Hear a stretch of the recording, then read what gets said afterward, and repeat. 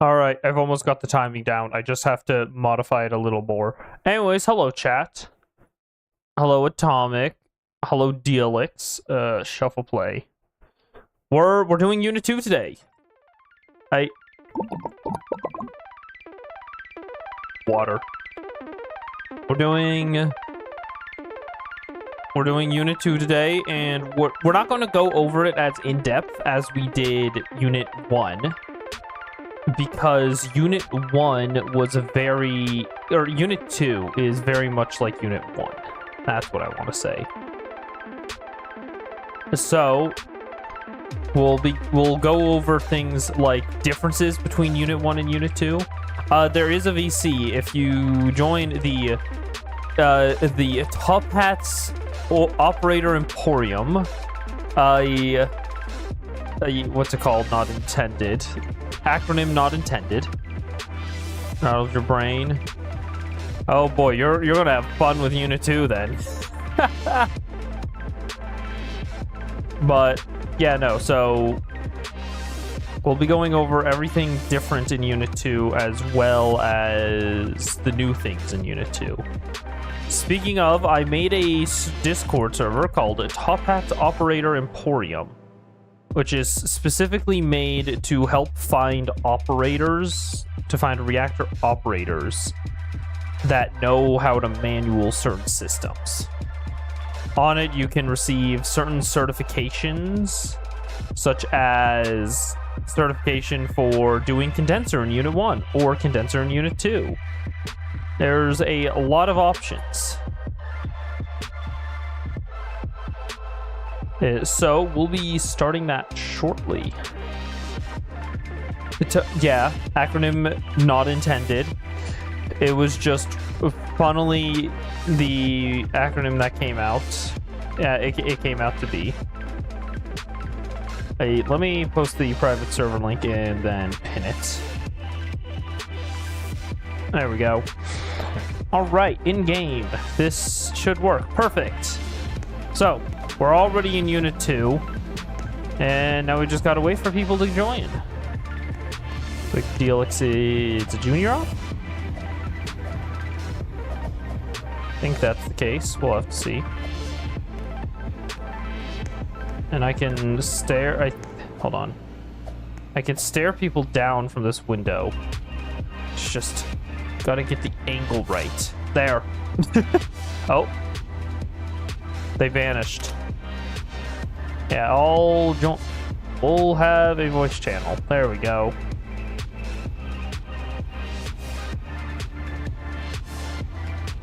No! Wait. Stop dying. Fair enough. Alright.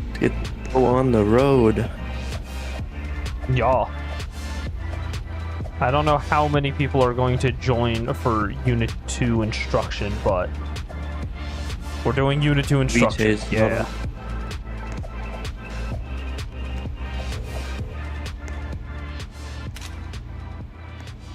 What time zone is Vitae? Or is he the same as you? I really don't know.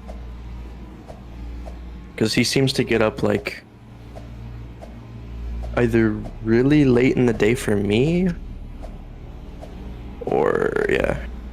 Yeah, I have no idea what time zone Vitae is. Welcome, Dealix. Hello. It's gonna start up stream. Oh, alright. I forgot you mentioned that you were gonna do that. Ooh. Hello. Would you like to know the exact hex code for the junior operator tag above your head? I already know it. Oh, you already know it? Damn. Yeah, I have power toys, so I can just hover over it and get 4B67B7. Nice. However, I'm using the old design colors just because they look nicer than the ones above the heads. Fair enough. Especially for the difference between the 3 operator tags. The yellow differs so little that it's kind of hard to tell it sometimes. Sometimes, yeah. Senior operator is a much more darker yellow, kind of like Yeah. closer to what was it, like garbage green or something. Yeah, something like that. But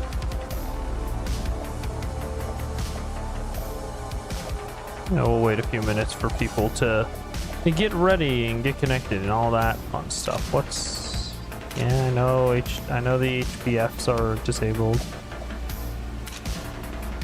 Or HPFH, that's it. Hello, Almond. Hello. I'm gonna need help testing the data pack again today because I implemented hopefully a fix, so I need to make sure it works. Wow.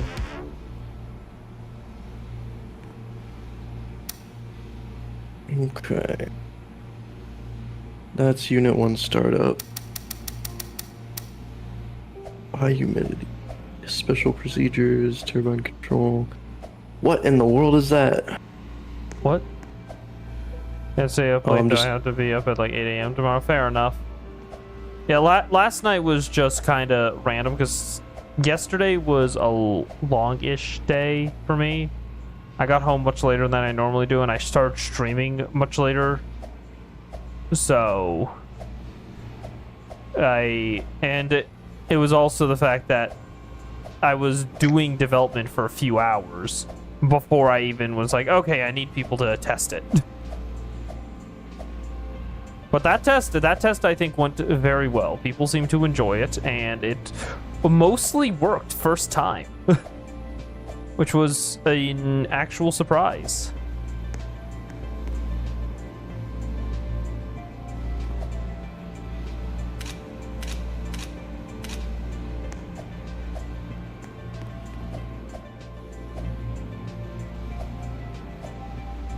And people are going to have to start getting themselves certified on certain equipment.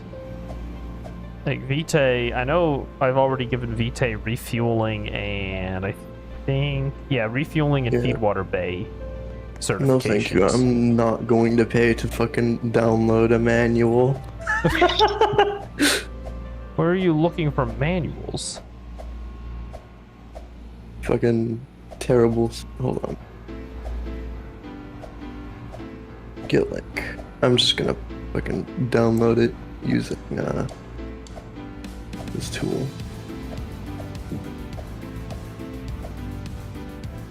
Wrenches.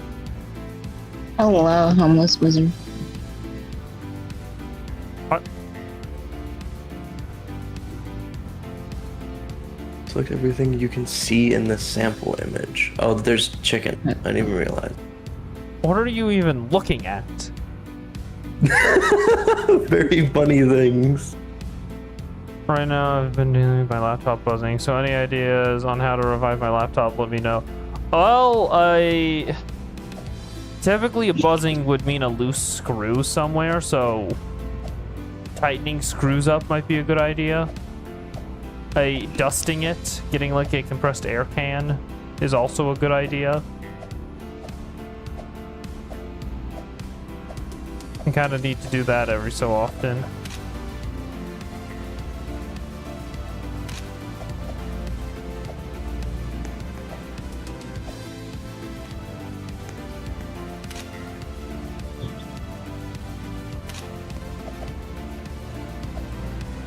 It's like the audio stops and there's like a large feedback buzzing. Ooh, that sounds like possibly a frayed wire or a loose wire, which means you'll have to open up the computer, and if it's neither of those, it might just be the speaker.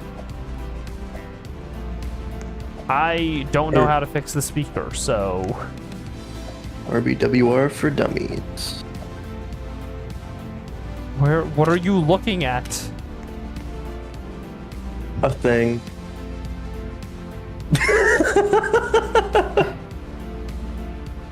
I love being vague. What? I'm so confused. And everything freezes. Drivers? Maybe you need driver updates? Like, Because now I'm thinking it's a driver thing if everything freezes.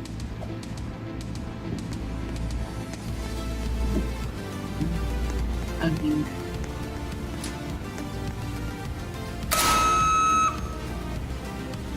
Hello? Units, emergency / special 11. procedure. All right, I guess it looks like we're probably not gonna have Vitae here today, but that's fine. So, wait.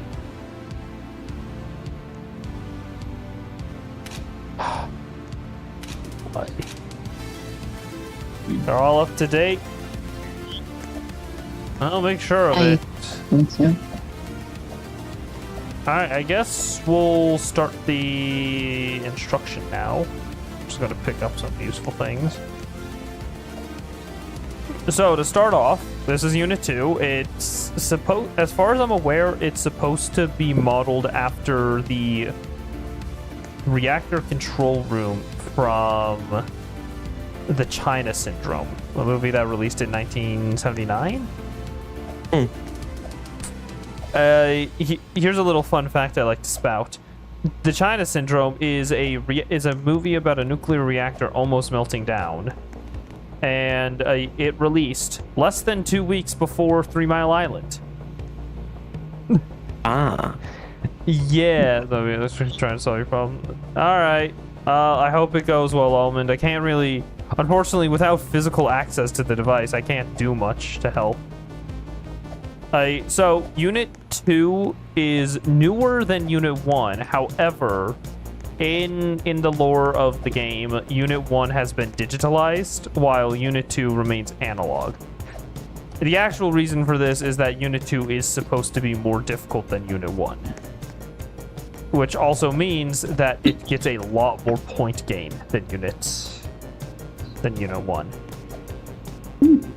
So going over the systems, a lot of the systems are all still the same. You got your deaerator, your condenser, your turbine, your recirc, rods, feed water, polisher, steam relief. This is different to Unit 1, but we'll go over that. And then emergency systems. And then over here, you got your breaker panel and CST. So we'll start off with some of the minor details, the minor differences, which over here at the condenser panel. The condenser needs water. The condenser will slowly lose water over time or quickly, depending on how fast or how high you're running the reactor. So to keep water inside of the condenser, you actually have to turn on this tower makeup pump. So just to show an example, I'll turn on the condenser to about 15% here. You'll notice that the water here, the needle is going down to the left. This tells you how much the water the tower is losing per minute. As you can see, centimeters per minute. Down here, this tells you the actual water level in the tower. You usually want to keep it above 2, around 3. So to do that, all you have to do is turn on the tower makeup pump here and change the speed here so that it keeps it with the level change in the blue, usually positive or negative depending on what level you're at. So by opening it up to nearly 10%, you can now see it'll start slowly gaining water. Otherwise, the condenser panel is about the same as it is in Unit 1. Also, who turned off the SJE? I didn't touch anything. All right. So I'm just doing this because why not? Other changes are with the turbine. During run-up for the turbine, you firstly need to enable the stop valve. This is the same as it is in Unit 1. However, during run-up, you need to be careful of your turbine vibration. If the vibration gets too high, the turbine auto-trips. So keep an eye on that. As well, on top of that, the exciter breaker has to be turned on usually above 3,000 RPM. I usually do it around 3,400 when I go to enable islanding. Otherwise, turbine is about the same as it is in Unit 1. Continuing on, rods. Rods has a lot more to it now. There's not... all of this is about the same, except IPRM now goes up to 8 instead of 6. And you have an SRM probe, which just tells you the... I don't want to remember what SRM stands for. I think the S is source. And obviously the M is monitor. I just don't remember what the R is. And then you've got, or not finally, there's a lot more here. Then you've also got this switch here. This switch controls your reactor mode. So if you're playing realistic, you gotta kind of switch this between each one. So I'll put it back into shutdown. So SD is shutdown, SRM is SRM, IRM is control, means that you watch the IPR, and run means you're running the reactor. On top of that, you have these guys here. These are LPRMs. So over here and over here, these 8 graphs are known as the LPRMs, or local power range monitors. They basically are like your APR, except they only read a subset of the reactor. So you can see it says LPRM here and here on these 4 corners. You got the LPRMs trip at a much higher power, or scram the reactor at a much higher power than the APR. APR will trip at, or scram at 120% APR. Meanwhile, LPRMs will trip at 140. So you kind of have to keep manage of all of this while you're running. LPRM will increase with power increase. However, to prevent them from tripping too early, you typically want to raise your rods as much as you can before you start messing with recirc. So that is most of rods. Except for during SRM mode, you pull 1 rod individually until you get up to 5% APR and 8 on your IPR. During SRM mode, however, you have to also make sure your probe depth, which you can see here, is within 10% of your average rod displacement, which you can see here. So that's about the difference for rods here. We'll now head over to feed water, which no real difference here except that the makeup pumps have their selectors changed, so you can have water added or drained to one or the other of the CSTs, but typically you keep it on both. Polishers are the same. Usually, I highly always recommend using only one or the other because you don't want to use both at the same time. It causes problems. And then over here is our ADS, which I was just reading what that stood for, and I don't remember it. It's these valves here rapidly release steam. This is your emergency steam relief valve down in Unit 1, except you got 6 here and then 2 autos here. Mm-hmm. So these are what you use to rapidly dump pressure. And finally, you've got your emergency panel. Recirc is the same, or not recirc, sorry, RCIC is the same. But the RHR is different from in Unit 1. In Unit 1, you have your shutdown cooling pumps and an LPCI pump. In Unit 2, you have your 2 shutdown cooling pumps. However, they're also combined with LPCI. So each of these pumps can either be LPCI or shutdown cooling. It's yours to select. Because LPCI will do auto cooling, will cool the reactor anyways. Continuing on, you got your CST panel. It's basically the same as it is in Unit 1, except you got 2 tanks instead of just 1. And this entire panel is the same as well. So you got power to bus A from the reactor, power to bus B from the reactor, offsite to bus A to the safety bus, then these are to the DC bus, and then this is your EDG. However, you'll notice one difference here. There's this big red switch right here that is going to be very tempting to press at times. This is called roll down protection, and it effectively will disconnect you from sending power to the grid, however will allow your turbine to continue sending power to the facility.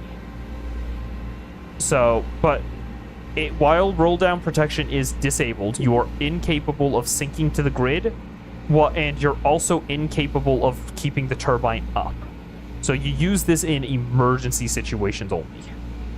Hence the, red outline. And finally, for in here, we've got rod controls part 2. This is actually hydraulics. The rods need hydraulics to run. This is how you control them. All you need to do is enable one of these pumps. So I'll enable this one and then just set it to refill. And you'll notice that over here, these dials will start moving up to 100. Once they hit 100, you can just switch it back to closed, and you should be good until you have some problems with power. In that case, like if bus A loses power, you're going to have to refill these again.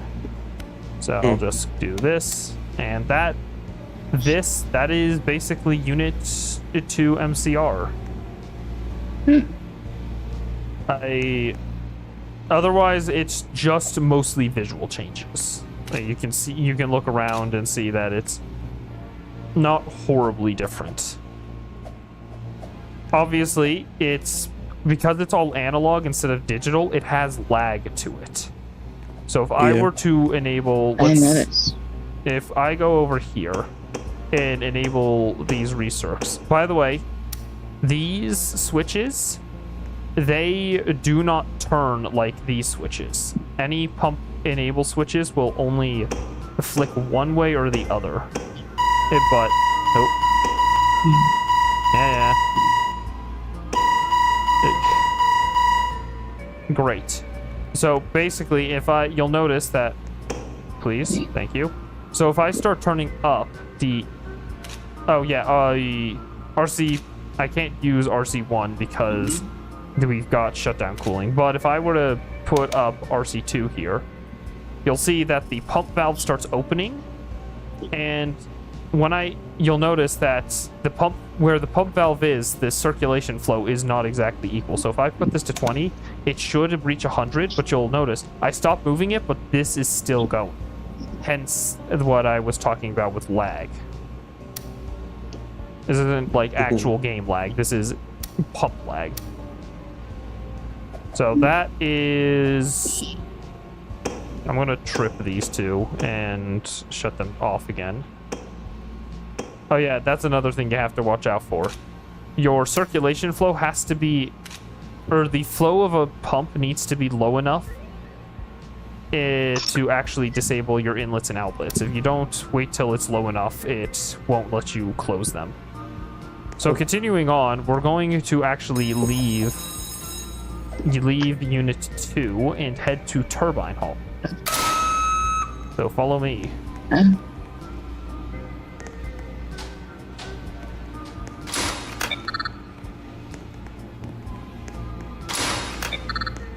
Obviously, there are a few ways to enter Turbine Hall, two of which are through these guys. The radiation control zones. So I'm gonna go through.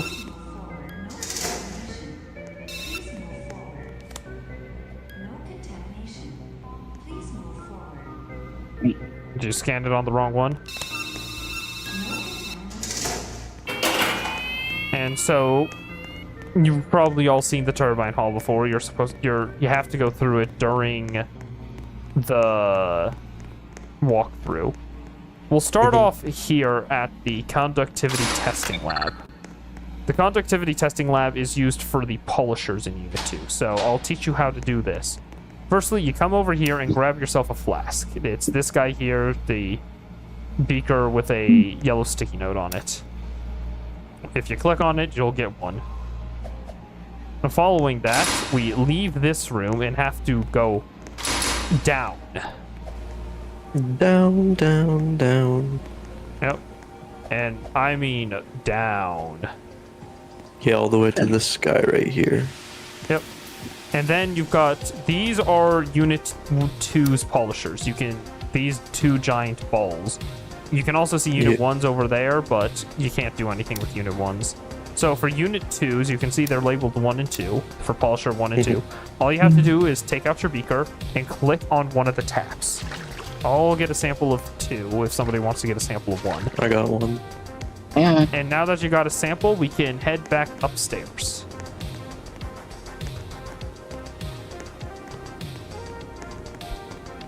It used to be a lot easier to do this testing, but they've moved everything around, so...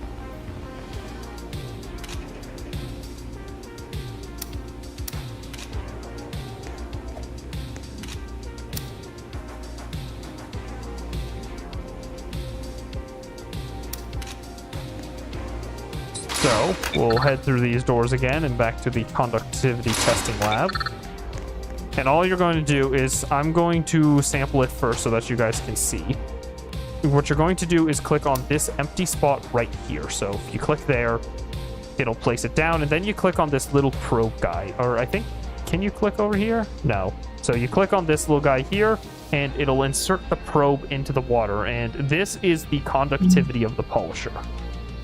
Once you've got the conductivity of the polisher, which you can see it's still going down, you can come over to this panel here and adjust the conductivity using these two buttons. Now, it won't be adjustable if neither one is in use, so be careful of that. But as we can see, Polisher 2 is about 51.5 conductivity. And if we look at this graph here, we can see 51 is higher is in the yellow. That means we want to clean the polisher. So I'll take my flask back, my sample back, and if somebody else wants to try theirs. So we're now testing Polisher 1. Polisher 1 looks like it's pretty good. So we don't have to clean it.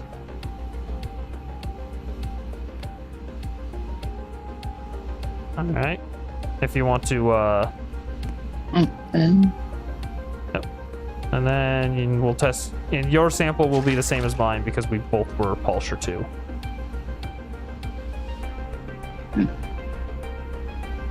Oh, there you go. So once we're done testing our samples, we take our flasks and our beakers, and remember, do this because otherwise you're going to be hated on by everybody in a server. We take them over to the sink and just click on the sink while holding them. That'll dump out our sample.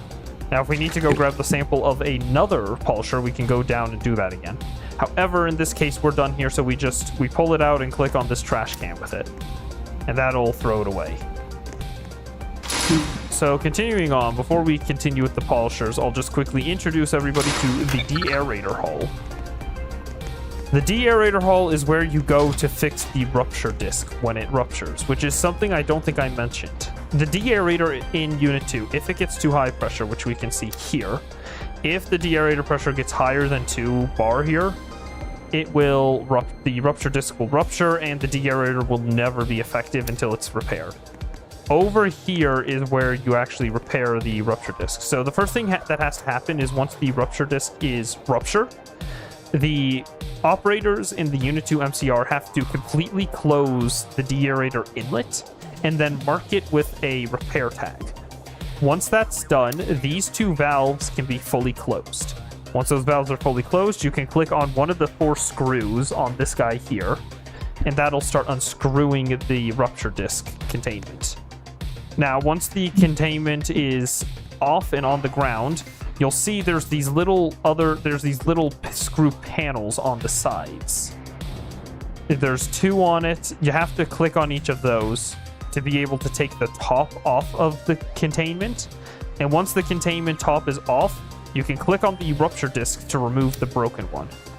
Now, once you've removed the broken one, you can come over here and grab a new disc from this bin here. And once you do that, you can come back here. Usually you grab the new rupture disc before you start doing all this, but I'm just explaining it as is. Once you're here, you come back over here, you hold the new rupture disc, and you click on the rupture disc containment, which will be on the floor here. And then you basically just do all the steps backwards. And once it's done, the de-aerator will be functional again. So that's rupture disc. Now, something I'm going to point out while we're here is leaks. There can be leaks after the de-aerator. To know if there's a leak after the de-aerator, you can take a look on the floor underneath either one of the two de-aerators. Remember, this is Unit 1, this is Unit 2. It looks like there's a small cylinder, like a small plate underneath either one of them, that de-aerator has a leak, and you should report it to the operators of whichever unit it belongs to.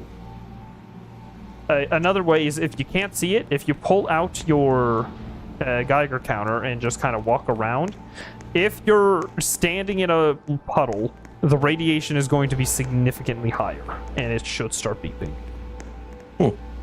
So that's a good way to tell. You can also see on this one of these two screens here if there's rupture disk problem, so a good thing to keep in mind. Now, continuing on, we'll head back into the turbine hall, and we're actually going to jump down here.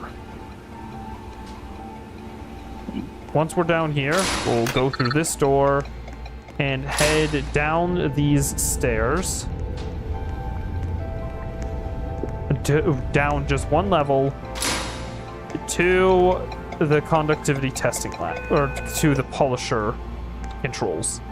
This is where you go to completely clean up a polisher. And because Polisher 2 needs cleaning, I'll show you how to do it.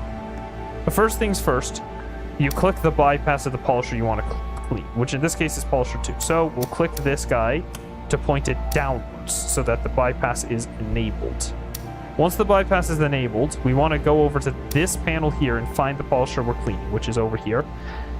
And make sure we have each of these, all of these valves pointing to one of the tanks. You have to make sure you follow along with the black lines because they tell you which tank it's pointing to.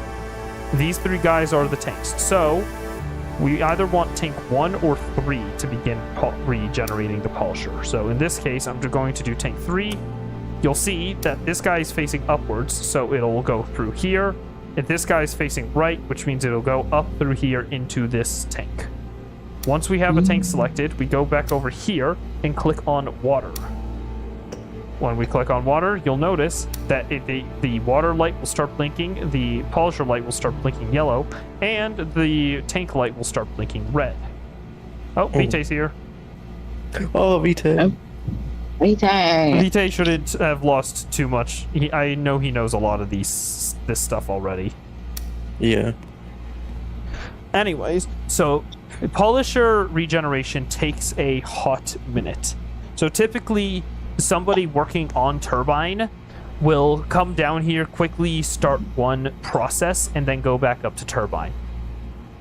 Now, you can see how long it'll be up here. This screen up here tells you how long until the next stage is ready. So as you can see, we gotta wait until that hits 100. So we got a minute. Following along, while we wait for that, follow me. I'll show you where to dispose of dirty or damaged equipment. So if we go down one layer into the bowels and head over yonder, this is waste management. Waste management is where you throw away broken rupture discs and dirty filters. Rupture discs, you hold out your rupture disc and click on one of these panels on the wall. While for filters, you just click on one of these trash cans. Alright then. So keep that in mind. Hey, door. Oh, I think I'm lagging. Okay, we're good. So, then we'll just quickly head over this way, which is to the feedwater bay. Now this is what Vitae is good at. Shush. So this is the feed water bay. These are all of the feed water pumps for both units. I believe I think these are Unit 2's feed water pumps. I could be wrong though. Sounds are terrible. It's hard to say, and it's not like it matters much. So, effectively, during manual for Unit 2, you control the feed water pumps from here. I'm not going to enable the auto control just yet. So, what you do is you turn on these 4 switches, so the lubrication pumps for both pumps and the service water inlets for both pumps. And your goal is to just keep the pumps cool. You can see the pump temperatures here, so the oil temperature and the motor temperature there, as well as for pump 2 here as well. Those are what you have to worry about. You don't want them getting too cold, nor do you want them getting too hot. To cool each of these valves cools down the pump. So if you were to enable the oil coolant valve, it will start cooling the oil temperature. Meanwhile, if you were enable the feed motor, what does it say? The motor coolant valve, it'll cool down the pump. So they kind of have inverse relationships. The higher they are, the cooler the pump is. Now, during run-up, or during reactor startup, you'll notice that the oil temperatures are kind of just start in the red. You obviously don't want that, so you've got oil preheaters here, which, when enabled, will heat up the oil so that it's ready. The pump is ready for use. Now, whoever is down here, if they don't manage it correctly and the temperature either gets too hot or too cold for any of those four readouts, the pump will trip. Now, I don't know about you, but if you've ever experienced a pump trip, at high powers, you know it's bad. So, the person down here has a very important job. I'll just turn those off. I'm gonna turn on the auto just for the time being. So that is feed water bay. We'll now head back up to the polishers. Now I'm also going to mention this. I'm gonna get this ready for us. I'll also mention this. Most of the rooms down there are kind of useless, other than just feed water bay. All right. So you'll see that this Polisher 2 is now saying it's awaiting an air flush. You'll see that the water light is no longer blinking. The yellow light is now steady, and the red light over here is just blinking still. That means we want to click the air button. So if we click the air button, that'll begin an air flush of the Polisher, and you can't hear it from here, but if we were to go down there next to the polishers, you would hear the air flushing through it. So, just because turbine is a bit of a pain in the butt, we're going to wait here until it's ready.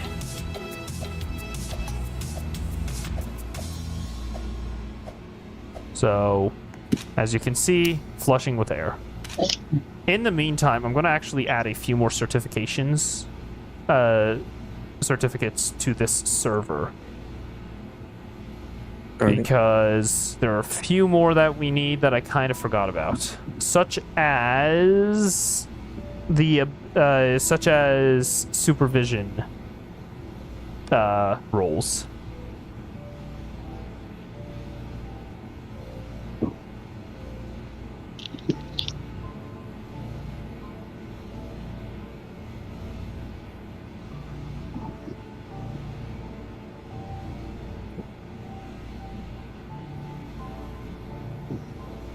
All right.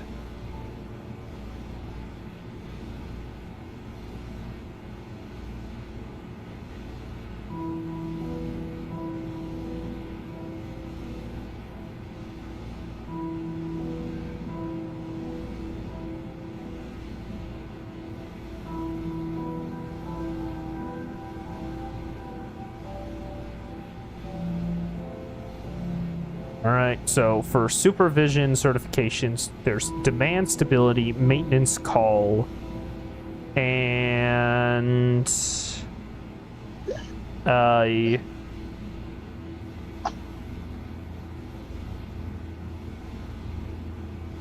weatherman, and I think there's one more thing. Oh yeah.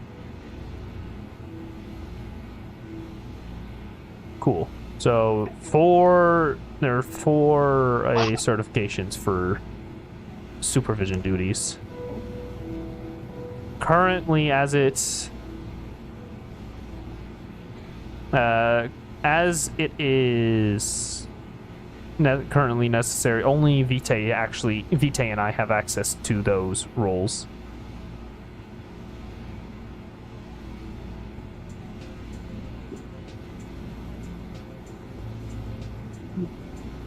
All right. Yeah, it's very boring down here. Hence why there's a model of a nuclear reactor facility being built on the desk. And for some reason they didn't include Pong down here, which is highly unfortunate.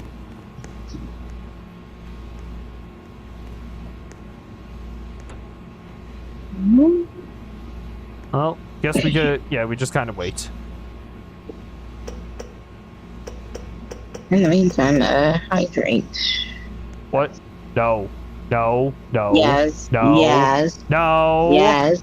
No. Yes. No. Yes. No. Hey. Two of you. Two of you, not just one, but two of you. Water. Water.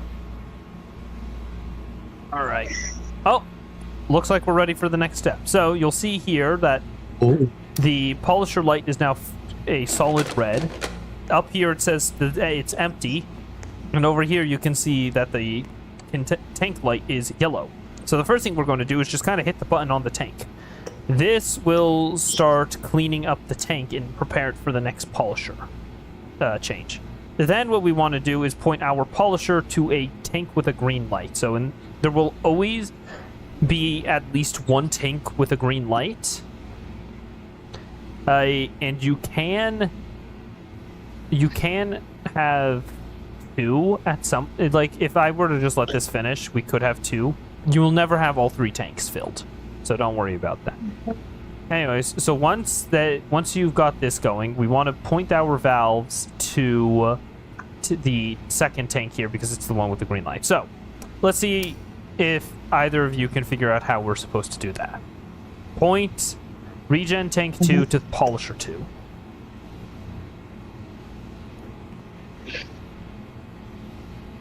Remember, the black lines on the dashboard are supposed to represent the pipes.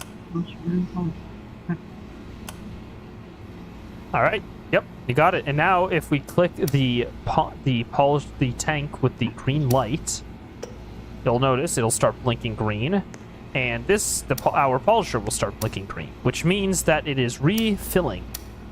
And once it's done refilling, three of you. Hold on.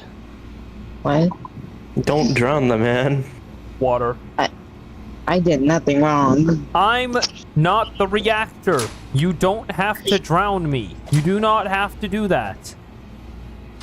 And so, all we're going to do is wait for it to finish refilling, and once it's done, we'll be able to disable the bypass, and that polisher will be usable again. Wonderful. Now, I highly recommend, no matter where you go, learn to use the PMS. The PMS is one of the most important tools you have at your disposal because you can communicate with others in other sections of the building without limit. Or, well, with just small limits. So, if you click on the keyboard of any PMS, you can select a message to send. And then, as well as where you want to send it. And then you just click the send button and it sends it to the place that you want it, where you click send. So, you like in here, you would use this to tell Unit 2 that Polisher 2 is regenning, and when it's done, that it's complete. That's what you do. Where's my music?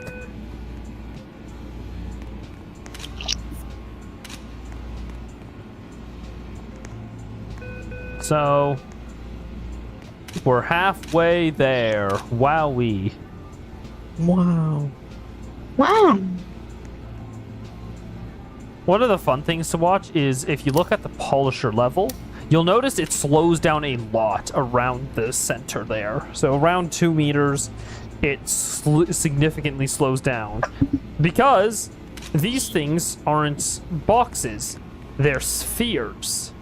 And as such, the bottom has a lot less volume to cover, or a lot less area to cover than the middle does. So that's a fun thing to recognize.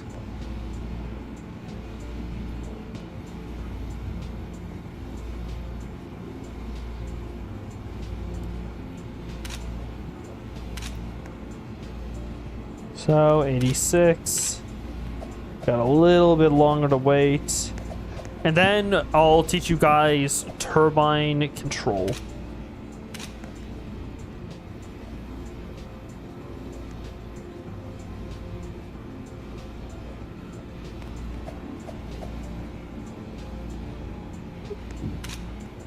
$98, $99, and ready to use. So you'll see once it's ready to use, our regen tank over here will turn solid red, and our polisher will be solid green, and all we have to do is disable the bypass.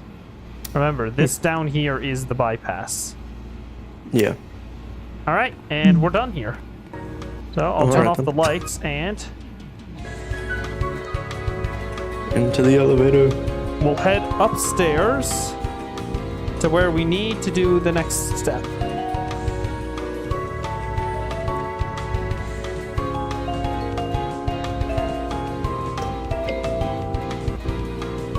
All right. Well, we're now back up here. What we're going to do is head to the oil tank. This is the oil tank. VT! Did you open the valves already? Yeah, I didn't know you're not done with it. No, we haven't hit turbine yet. So, to start off, this is your oil tank. On a new server, these 3 valves here will be closed. You don't have to close them. These 3 valves will be closed. And what you always want to do first is come down here and open all 3 of these to their fullest extent. Each of these serve a different role. This far left one, this is your emergency pumps. This is your emergency oil pump. So if you completely lose power, these are the pumps you want to use to keep your turbine from crumbling to the ground. These are your auxiliary pumps. Basically, these are the pumps you use while the turbine is not spinning or isn't spinning fast enough. And finally, this is your main oil valve right here. This one that's facing the different direction. The main oil valve is used to provide oil to the turbine, where the turbine is acting as the pump. However, that can only happen above 1800 RPM. Continuing on this side, this is the backflow valve. The backflow valve is specifically used for controlling the flow of the oil. The more you close the backflow valve, the more oil pressure you get. This is what you use in the case that you're running out, you've got an oil leak somewhere, and but can't shut down the turbine for one reason or another. So remember that. And then this guy, nobody cares about this guy. This is the emergency aux. Nobody cares about it. Continuing on, these are your oil filters. Your oil, you've got 2 of them. You can switch between which one you're using by clicking this little rod down here. And you can hear it makes that noise whenever you switch them. Whichever way it is pointing. So if it's on this side, that means the opposite filter is in use, which means we can actually take a look at this filter here. By clicking Be ready the top, for the loud-ass clank. Yep, we can unscrew the top of the filter containment. And as you'll see, it comes off and it goes off to the side. And then if we click on the top of the filter, we can pull it out. Now, if you click anywhere on the top half of the filter, you'll grab, no. Okay, it's always... I can never remember where to click. Maybe it's the middle? No. Get back up here. There. If you click somewhere near the middle, you can grab the filter and replace it. And holding a filter, if you click into... Or not holding the filter? What? Excuse me? Oh, it's considered a dirty filter now, isn't it? All right. Yeah. So, thank you, Vitae. So Vitae is going to go grab a clean filter, even though, as you can see, this one is still very clean. It's very yellow. Yep, you can put it back in, and then clicking anywhere on the bottom or the top will put it back in, and then clicking on the top, and here's the most satisfying part. Yeah. It'll reinsert the filter, and that filter is now ready for use. Continuing on, we're going to head over here. This phone calls up to the TCR. So somebody can take this phone and call TCR without having to dial any phone numbers. Now we're going to head all the way over here for probably the most important and annoying thing you will ever know. This is the stop valve actuator right here. This this thing will be your demise multiple times. Because if this is ever showing red, you literally cannot run up the turbine at all. It will not let you run it up until you push it back down. If you're going to spend, I can guarantee it, most people will spend a good 5 minutes trying to figure out what the hell is wrong with the turbine before looking at the stop valve actuator. And that's just how it is.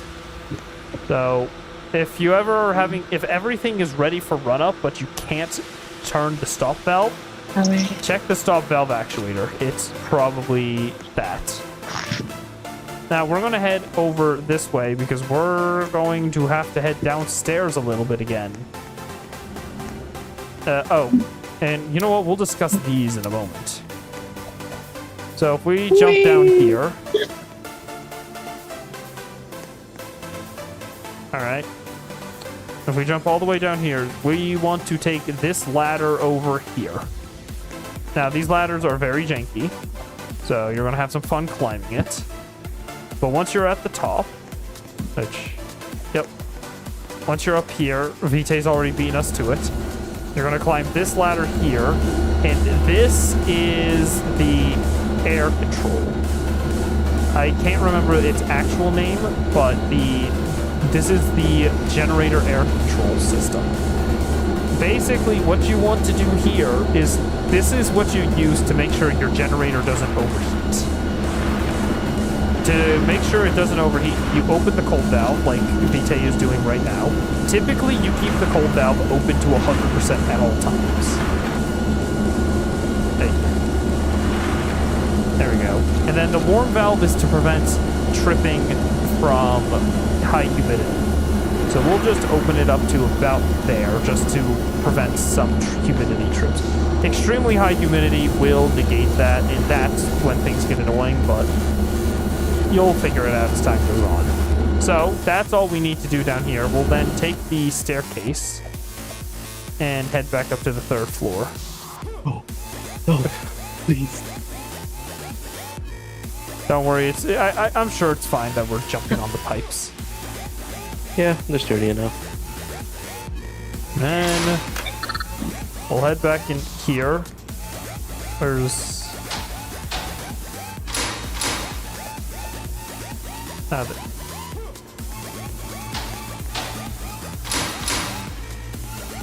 Alright, and we'll head upstairs. We'll head all the way upstairs to the turbine control room. And let me do this while I'm here.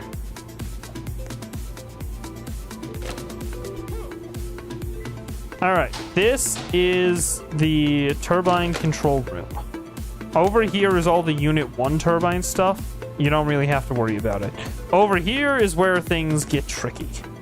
Firstly, you've got oil pumps. These are what keep your turbine from turning into a fiery ball during running. is, so you'll see that you have emergency, auxiliary, and shaft. When you are not, during startup or when your turbine is not running, you'll use auxiliary. In the case that you don't have power, you'll use emergency. And in the case that the RPM is over 1800, you'll use shaft, aka for these switches off. Then over here, excuse me, Vitae. Over here is your oil cooling. So this is what you use to manage the temperature of the oil going into the turbine. If it's too cold, it hardens and causes more damage. If it's too hot, it burns away and causes damage. So you kind of have to keep it within the temperature range to keep it as a nice viscous liquid. Over here, this is your casing preheating. Basically, all you're going to do is we'll engage the turning gear with this button here. So this will engage and disengage the turning gear. This is our preheat valve. So basically, it'll take steam from the bypass and just put it into the reactor to heat up the casing. Because what we want is for the turbine casing down there to be about as hot as the steam going into it.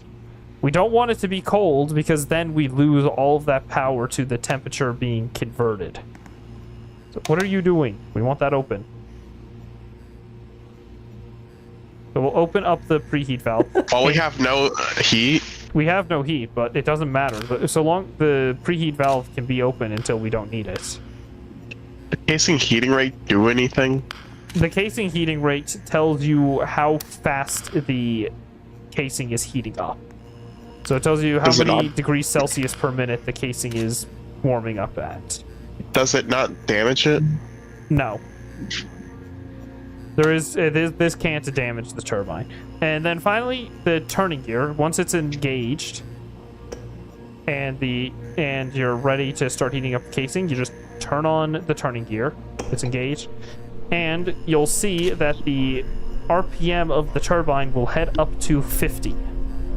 That way, the steam going into the turbine to heat up the casing is there to cause, or doesn't turn the turbine, generating power. As well as allows, the steam to actually get through and heat up the entire casing. So that's casing preheating. We can actually leave the turning gear running because we don't really need to worry about it. Over here is steam sealing. So the steam, as you can imagine, is not very easy to contain. You need an airtight seal to prevent steam from leaking out of anything. To do that, you got steam sealing. By turning this on to supply or leak off, you can change how much of the sealing is going into the turbine. So the lower the RPM, the more you're going to need supply and the less you'll need leak off. In fact, you can only have supply or only have leak off. That's how this switch works. And this is one hell of a thing to manage. But if you're good enough, you'll be able to actually cause a steam leak without tripping the turbine. And that's a great way to feel the amazing dose of radiation that is coming from the turbine. Now, steam sealing can't actually be applied until the condenser pressure is below 0.1 bars. So you kind of have to wait for that. And it recommends for you to have both steam sealing and condenser pressure to then start preheating. That's what it recommends. We don't listen to recommendations. Finally, we've got the parameters. The parameters here, or I shouldn't say finally, there's a few more things over here. The parameters tell you what you still need to do to get the turbine run up. So obviously the oil pressure and temperatures are important things. Then the casing temperature, as well as having the turning gear disengaged. But basically, once your casing is to temperature, you disable the turning gear and you close the preheat valve. And so then you begin, and then you can disengage the turning gear. Then you'll also want to make sure you have steam sealing, condenser vacuum, and main steam pressure. And once all of those conditions are met, the turbine is ready for run-up. Except you might be noticing one thing missing from this list. It's the stop valve actuator. Oh. That, once again, I will say this again. You will try 5 minutes to figure out what is wrong with the turbine before checking the stop valve actuator and figuring out that's the problem. Now, generator load, it just tells you how much power the generator's making. High humidity. This light will turn on if there's high humidity outside, which could cause a turbine trip. So keep an eye on that light. The people in the supervisor office can actually predict. There's a forecast screen in the supervisor office that can tell you when it's likely to be high humidity. Then down here you can see the bypass valve and the turbine control valve. Those are both controlled from the MCR. Generator temp is what you really want to pay attention to. The generator temp is very important because if it gets into the red here, it trips the turbine due to high temperatures. Because, you don't want to be literally melting the generator. The only time you'll actually see it fluctuate is during high humidity, which is why high humidity is so bad. Fluctuates during high humidity or just during high powers. And that is mostly the turbine. So we'll now leave turbine. I guess we'll leave Vitae to turbine, and we'll head back downstairs, where I believe. What else is there? I showed you polishers. I showed you. Yes. Emergency. So. The turbine can receive damage over time depending on what happens. So like too low of oil levels, too high vibration, etc., etc. If the turbine gets damaged enough, you'll start seeing smoke coming from it. Or if you're really unlucky, it'll catch fire. Whoa. Effectively, what you want to do is, in the case that the turbine is smoking, you trip the turbine, and located everywhere in the turbine hall is these two things: the agent release and the push to abort button. All you do is you'll trip the turbine. In fact, you should send an urgent message to MCR, trip the turbine, and then pull down the agent release. Now, if the turbine is only smoking, there is no fire, you want to click the push to abort button. This will prevent it from releasing the fire suppression, from throwing out the fire suppression system, which will take a lot longer to get the turbine back up to running.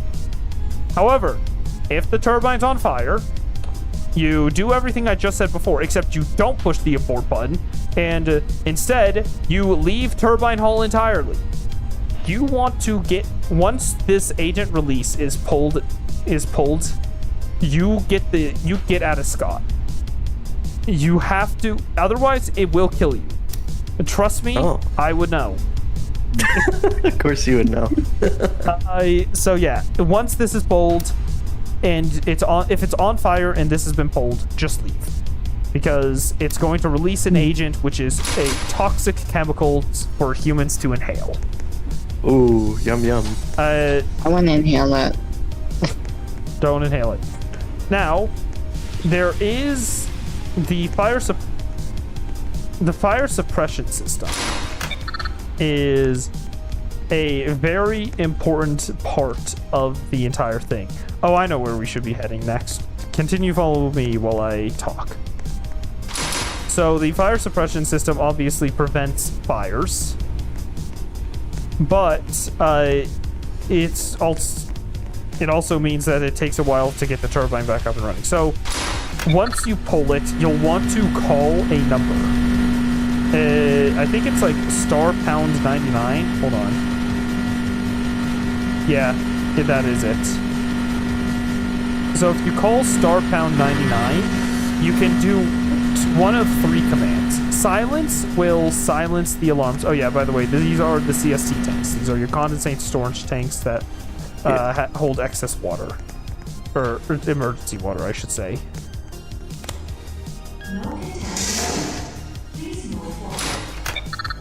So, the CST tanks...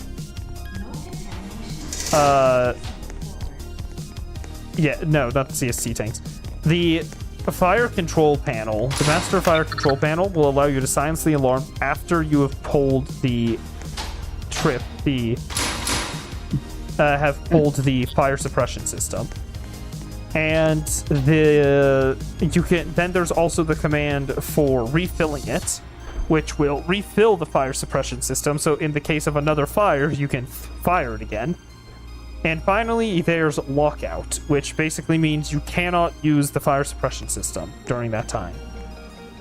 Anyways, welcome to the EDG bay. These are your emergency diesel generators. These are what you run when you lose power and need power. 2 of them are for Unit 1 and are mostly decorative, and 2 of them are for Unit 2 and have a lot of controls. So what we'll do is we'll start off by going upstairs here and telling it to shut up. And in here, you'll have a few options. Now, there are auto controls. Never enable these. You will get hate from other people if you enable those. Instead, what we're going to focus on for right now is refueling the EDGs. To refuel the EDGs, firstly, make sure you have fuel in your fuel storage. And once you confirm that, you'll enable your refueling pump here. Then you'll have to open up the main valve and one of the 2 EDG valves. And I'll show you guys where those are. So now that we got the pump on, we'll head down here. And back here, this is the main valve. You turn this and you open it up to 100% to begin the refueling process. Once that's open, you have to take one of these 2 valves. This is for EDG1, this is for EDG2. Only one of these can be open at a time. Now, you'll notice that if you're facing this way, it's kind of hard to turn it. That's because they're supposed to be turned while facing this way. And so, you'll turn these valves and open them up. So I'll let you guys do that. I'll go watch the levels and tell you when to close them and open the other one. And so up here, and back up at the panel, there is a fuel gauge that tells you how much fuel is left. By the way, I didn't open that valve to full, so keep opening it. You're closing it. Oh, I'm closing it? Alright. Yep. It doesn't have a good reading. Alright, and now we just wait for it to fill up. Nope, don't open the other one. Remember, you can only have one open at a time. Alright, close EDG1 and open EDG2. And so this way we will refuel both EDGs. EDG1 closed. Alright, open up EDG2. Oh, there you go. Nope. Wrong way. There you go. Oh, you're opening it. Nope, you're closing it. I think it's hard for Delix. Remember, clicking on the left or the right side when facing the wall.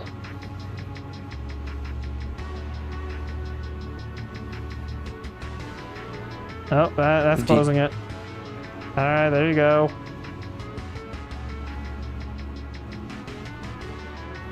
And just a little more. Keep it going.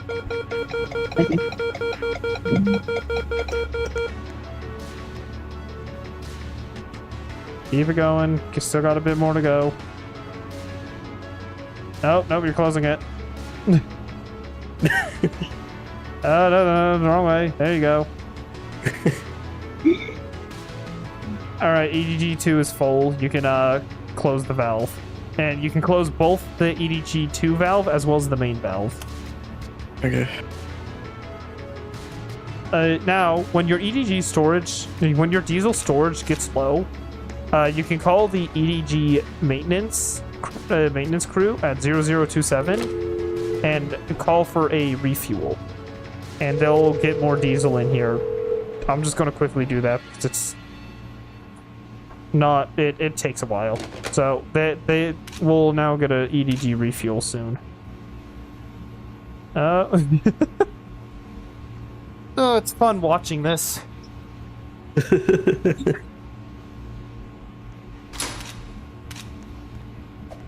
Oh, hi there. Hello. All right. Yep, you got it closed. All right, now if you guys both want to return up here. What we'll do next is I'll teach you how to manage how to preheat the EDGs in case of emergency. Now, you two will do EDG 1. I'll example with EDG 2. Simply put, to preheat the EDGs, all you need to do is enable the oil preheater. Wait, why is that going down?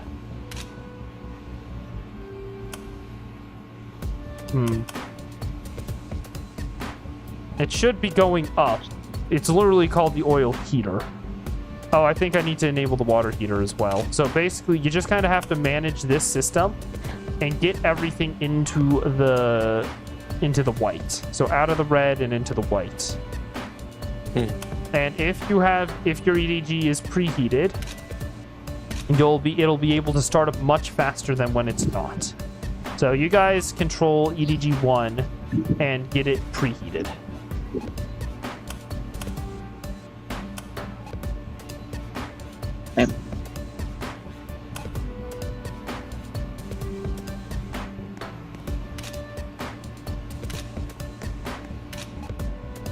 Yeah, as you can see, the oil is the hardest thing to deal with.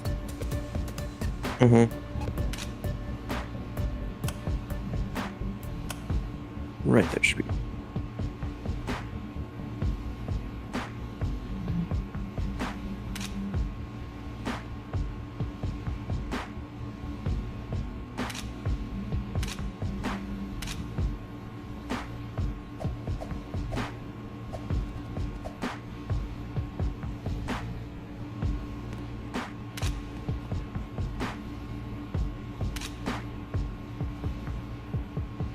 Yeah, as I'll constantly say, don't ever enable the autos in here. You will get a lot of flack. Unneeded. The great outdoors.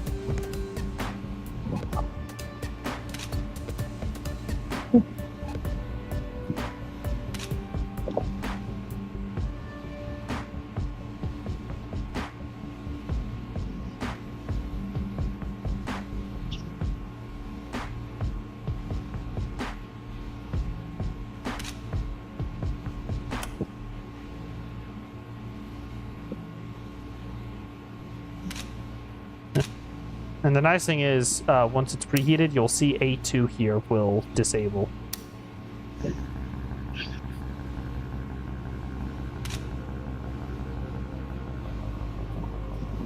Now here's the nice thing about... Why don't we hydrate? Why don't we hydrate? No. Yes. No. I don't need to hydrate. I haven't been talking that much. Yes.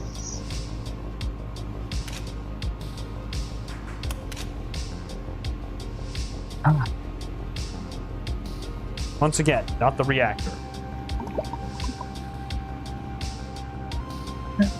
Water.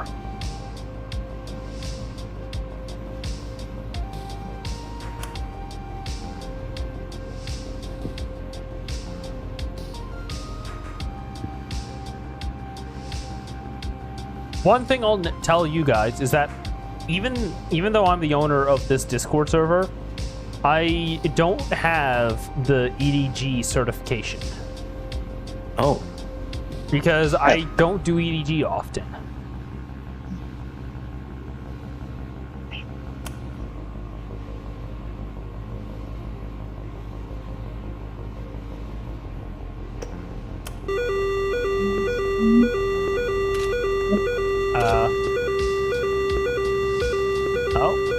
Let's try that. I'm getting a startup request. Is that you, Vitae? Yeah, but you can just ignore that. I just pressed the button so you can see what it did. Anyway, so once you've got the EDG preheated, you can actually control the EDGs down below. You don't really have to do that, but you can if you want to, and I'll teach you how to. Because once again, it's a lot of just keeping parameters in parameters. Just know only EDG1 is currently connected, so we'll only be doing EDG1. So follow me. We'll head downstairs. Mhm. And we'll head over to EDG1. Now, we'll enable the local startup.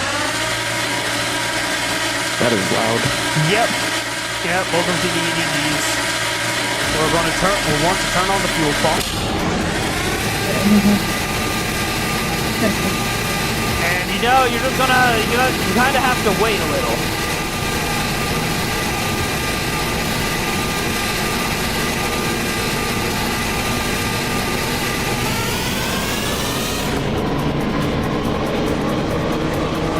And there you go, that's the EDG started.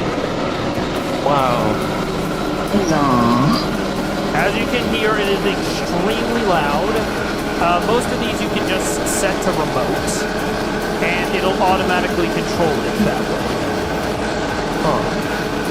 And there you go. EDG is started. And now what we do, we'll disable it so that we don't waste fuel. And that's the EDG. That's it.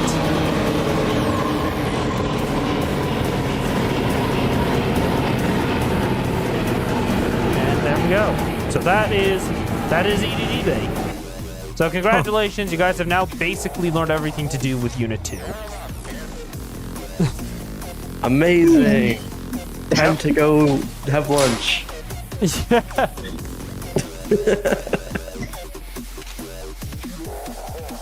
Oh, the lag. I can't go in through that way. Yeah. Well, time to start the long process of walking around the side of the building. It's not that long. You're just security. lazy. No. Uh-huh. No.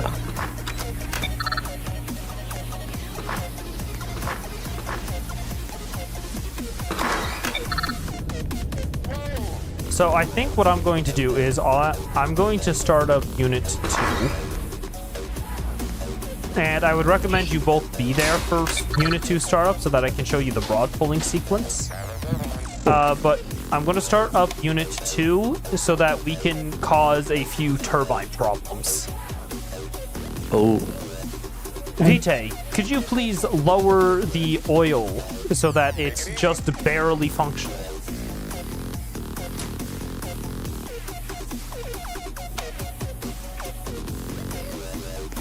Like the oil temperature, I'm guessing? Or the hydraulic pressure? Both.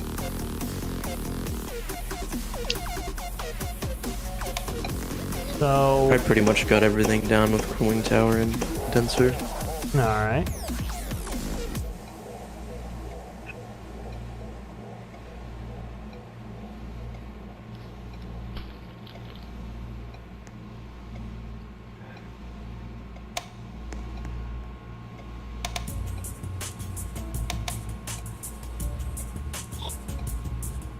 Turn those on. Let's turn off the shutdown cooling.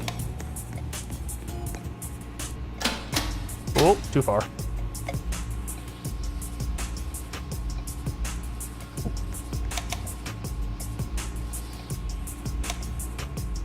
We left Helix in the dust, guys. Yep. Let's turn on the feed water pumps and the condenser pumps, the preheaters. We'll enable auto MCC and the hot roll control.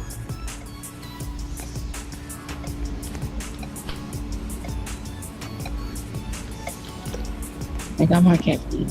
All right, there we go. So we're all now in position to start up the reactor. So just kind of watch me. I'm standing in a position where I can see the entire rod control, the period, the APRM. I can't see all the rod stuff, but that's not important. Who's calling? Somebody go pick up the phone.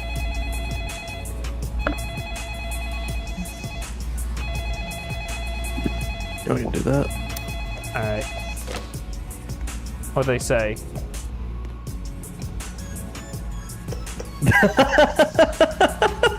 What? Top 10 of pressed AZ5. Oh. Good one. So Wonderful. I can so where I'm standing, I can see the APR, I can see the period, I can see the rod controls and the control rod movement. I can see the IPR, and I can see the probe depth gauge here. So what I'm going to first do is move the probe so that it's just under 10%. Set the control mode to withdraw and fast, and start selecting whichever rod is blinking until I hear that, and then I continue with the next one. And so this is the Unit 2 realistic startup process. If you are able to sync using the realistic startup process, you get a point injection. If you are able to do the realistic startup process without any autos, you get a much bigger point injection. Wonderful. So we'll get Unit 2 into a running state.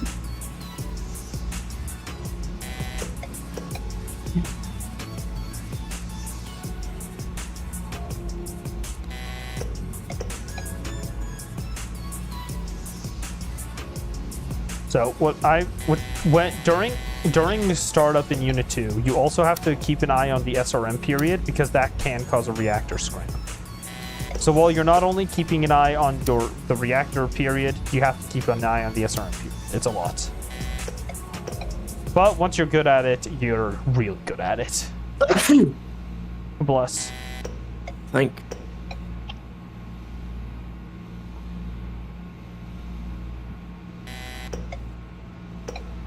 Ooh. So we have just under 90% fuel remaining, which is good.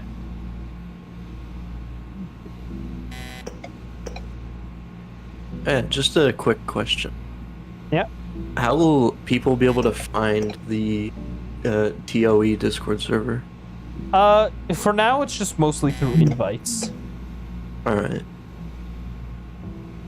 So if you meet somebody online and they're on Discord, you can send them an invite to this. Because I don't have if I'm going to make this thing big, I need a lot of automated controls. Fair enough.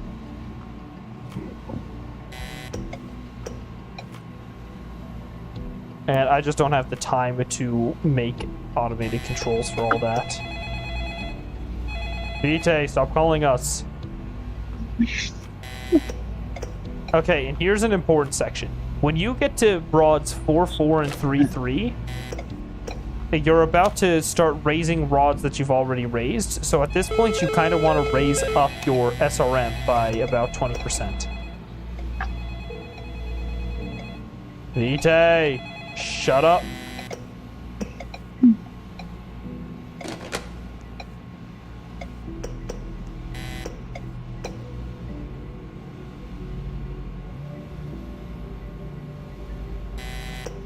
Go.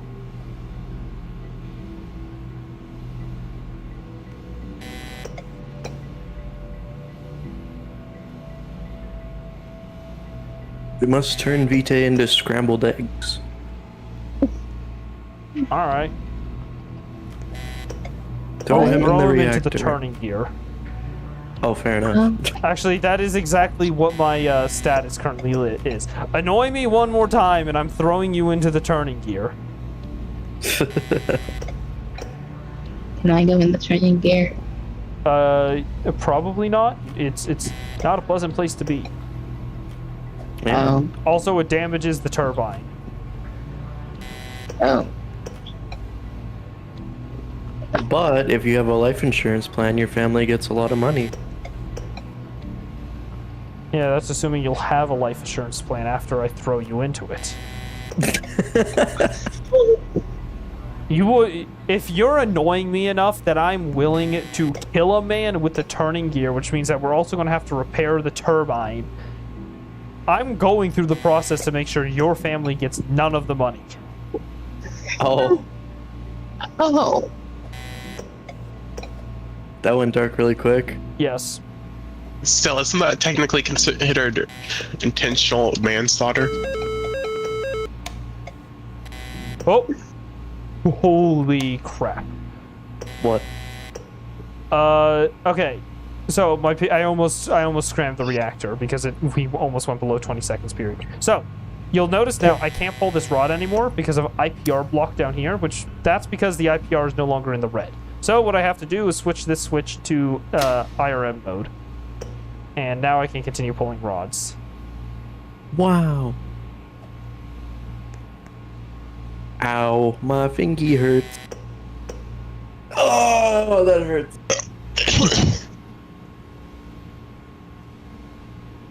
You didn't take his sneaker though.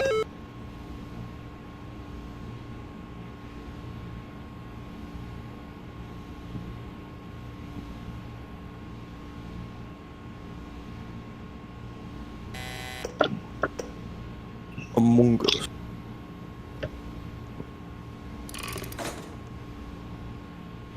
There we go. We're starting to pull the IPR selector. nice.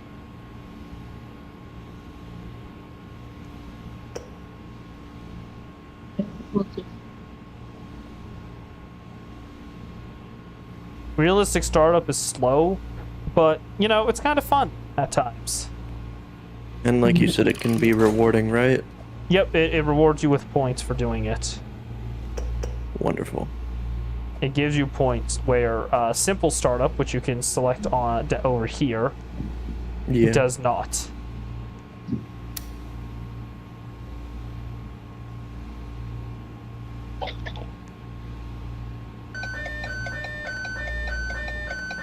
Great. Raw Wow. temperature imbalance.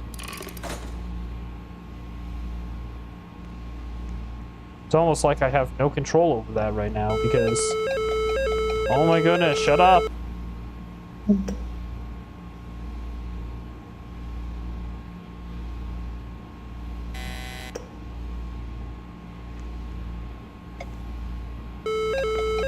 Shut up! You'll notice the period is very finicky during startup. Like, sometimes it will just go negative for no apparent reason. Mm-hmm. That's because it's only a sensor and it's... Jesus. Oh, that gave me a scare. I just saw period hit 4. Oh. Remember, reactor auto scrams below 20. And that's it. It has to say it's at 5%. What? Hat of the Hard.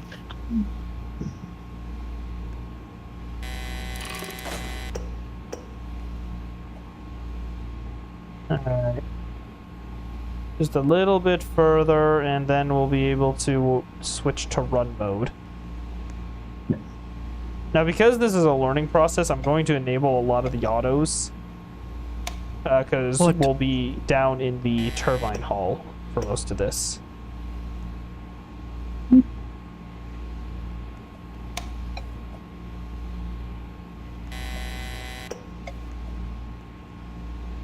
think that's the most I'm going to pull all those rods just so that that temperature balance is easier.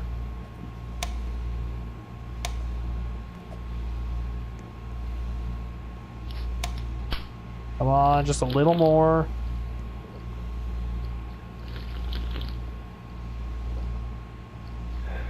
Then everything fried. Yay! I'm like, no, Almond. What did your entire computer just kill itself? Oh no. I think I have to withdraw the rods a little more. All right.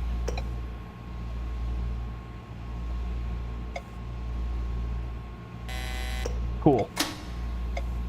And so I'm gonna select all the rods that are not the center ones here and start withdrawing them to balance temperatures and get our APR up. Actually, wait, why am I doing that? I literally just said I'm going to enable autos. So, there we go. That'll get us up to 20% APR. Get this auto going. At this point, just send your laptop to the greatest technician that's ever lived. Oh, shut up. I know High reactor water level. Yeah, that happens a bunch because basically we're starting to get APR, but we're not producing much steam. As such, the reactor is. It's all. Oh, it also is caused by. It's boiling, but not steaming. Yeah, it's boiling, which means it's expanding and going really high up, but it's not being turned into steam yet, so it can't go anywhere. Yeah.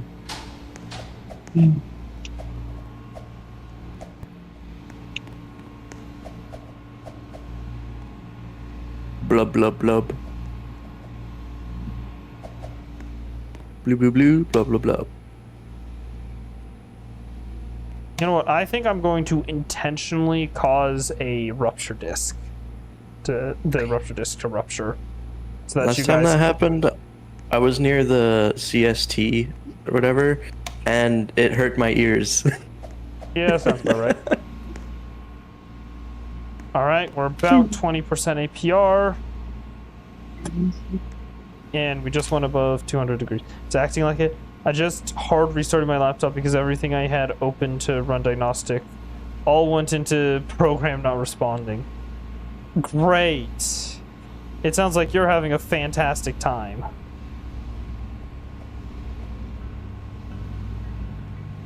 All right. So reactor temperature is getting up there. I'm definitely not intentionally trying to cause the rupture disk to rupture. I can't wait to replace the rupture disk. Even Discord had an error. Oh no. Oh, Guys, I think System 32 was deleted. No, Oh, it here's would be one much thing- worse because they wouldn't get errors. That's true.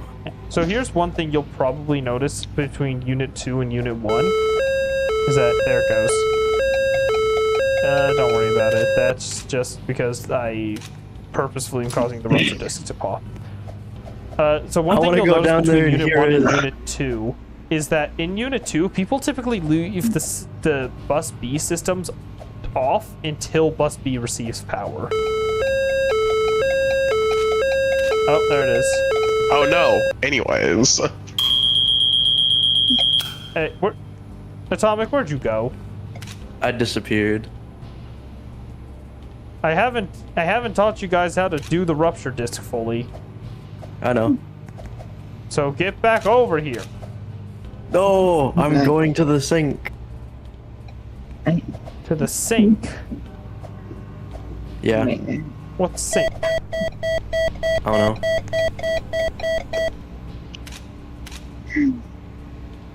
Ah. This is what I get for wanting to teach people, huh? Hey. Shush. And you. Shush. So, I just told you to shush. Okay, so when the rupture disk ruptures, you'll see up here that it says rupture disk trouble. To fix that, you go over here, there's this steam inlet fast close. You open that up and you hold the button until the inlet valve is completely closed. Once it's completely closed, yep, you do what Vitae did, which is you tag it. Once it's tagged, follow me. We'll head over to the deaerator hall. Whee!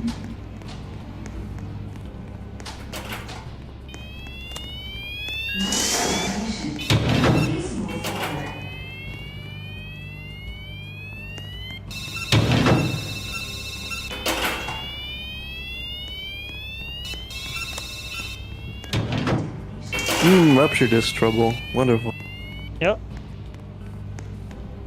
Now, Vitae, I already know you already know how to fix this, so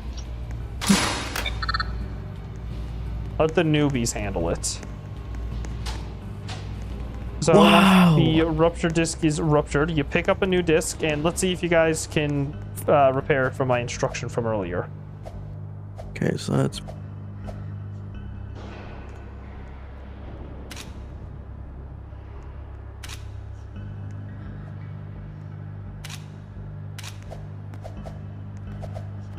can't remember. Did we need to close anything before we do this? Or oh no. Remember, I instructed you on this earlier. That is fair, but I have the brain of a goldfish. That's actually a misconception. Goldfish have I know. a memory of upwards of a month. Yeah. Remember, you gotta close those valves first. Yeah. I was just actually about to start doing that to test.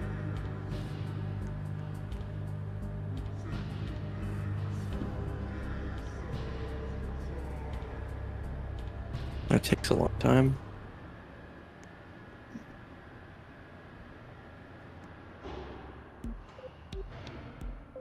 Okay.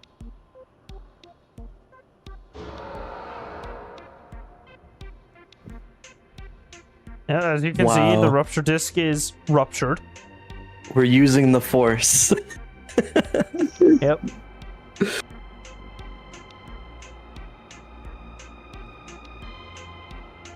Come on. There you go. Then we place that. Put this back on. Put that on. And then put this on. And then we drag this back up here using the force. Yep.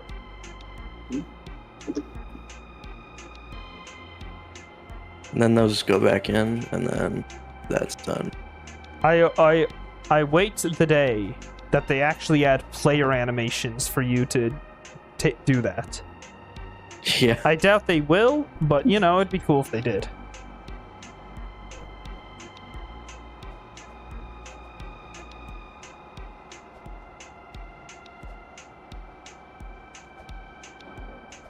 There. All right. Good job. That's the rupture disc replaced. And Atomic, you earn yourself the rupture disc certification. Yay! Congratulations. All right. So now that we've repaired the rupture disc, you two can feel free hang out in the turbine hall in the turbine control room. I'm going to head to the MCR and get the reactor run up, and then we'll go through what you do in an emergency for the turbine. Hello, Vitae. Hello.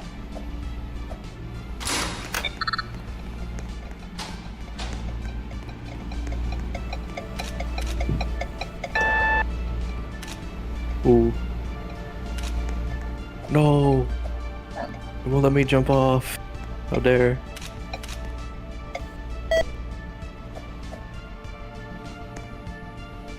Where you going, Daleks? I have no idea.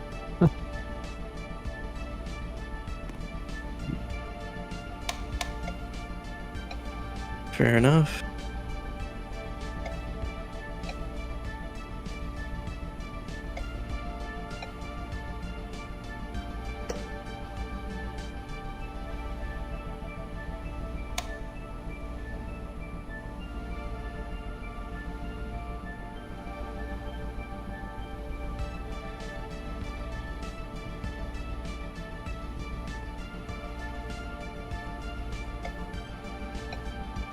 All right, how's the turbine coming along, Vitae? I decreased the lubrication oil temperature too much, so enough that the turbine turning gear wasn't on. All right.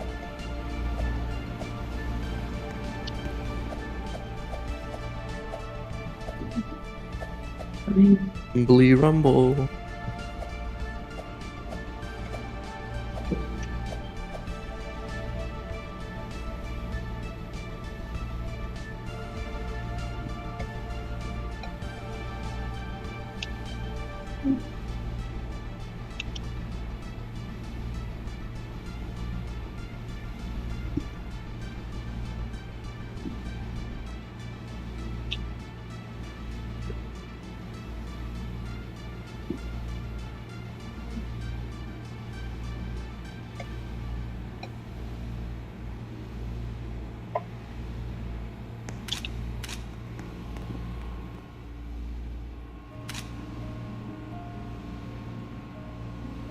Oh, lovely. Recirculation pump 1 is damaged.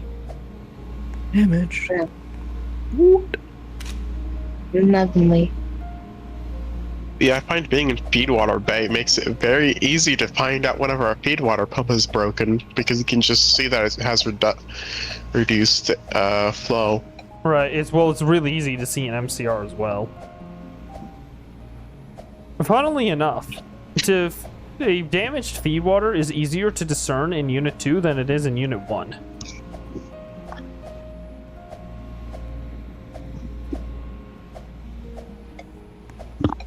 We.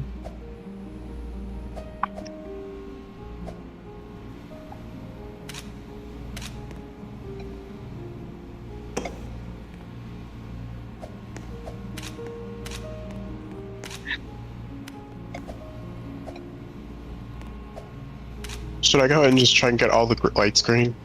Yeah, we're trying to run up the turbine right now.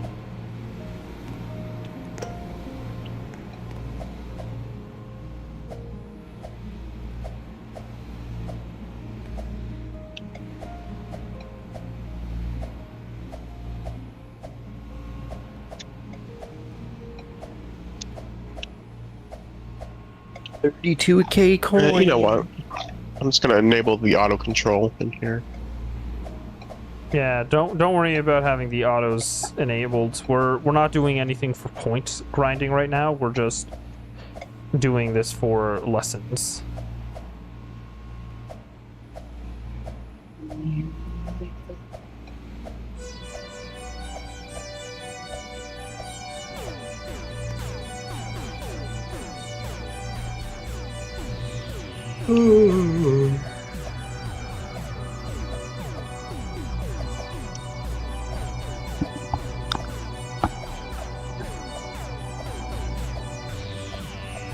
$251,000 points until my next promotion. Damn. I only need like 2,000 something for my next promotion. Yeah, promotions become fun to earn over time. Mm-hmm.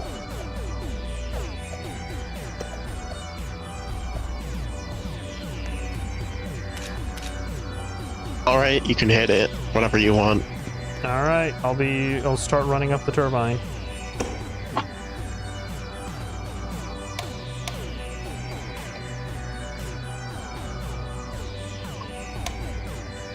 Just try not to accidentally outrun your condenser.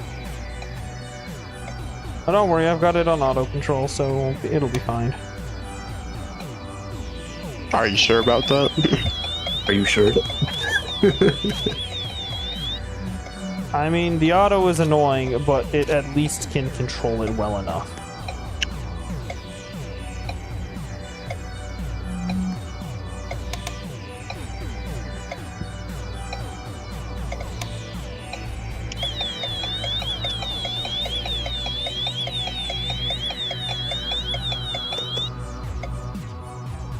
Wow.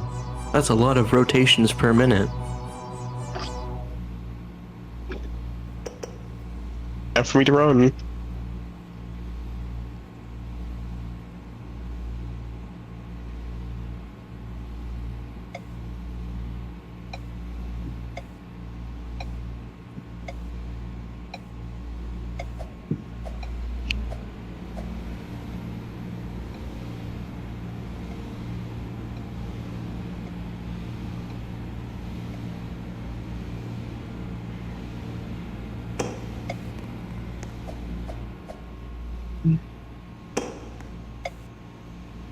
Alright, exciter field is enabled.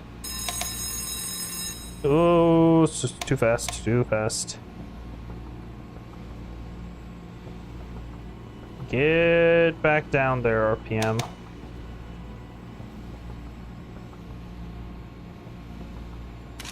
RPM going up or down, I can't tell. It's going What down. is this Cool. red looking key on the wall?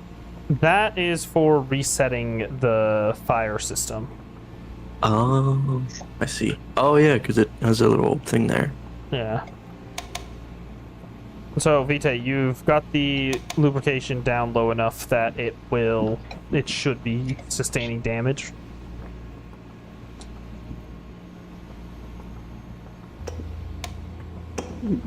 I should lower the oil temp. Oil temp as well, yeah, that'll be good. But, just make sure that we can stay online. Well, I just have it set to auto. Alright, yeah. All we want at this point is to be sustaining damage to the turbine so that I can show off how to avoid emergency situations effectively.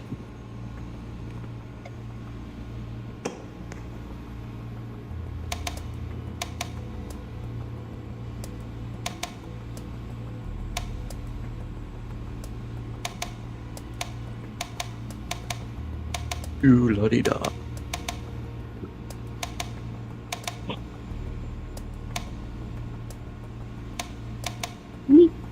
I hope the grid isn't expecting us to be meeting demand anytime soon. Ish.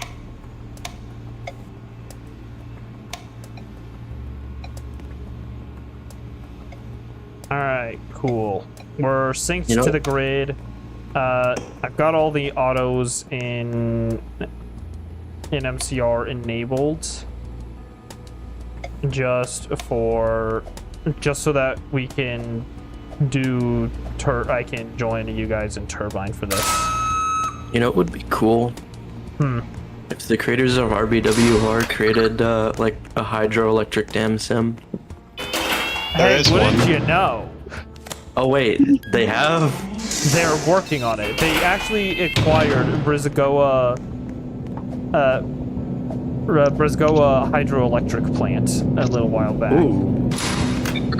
Cool, because British Columbia's pretty much, that's their only electrical source. Yeah, they're currently working on it. Interesting.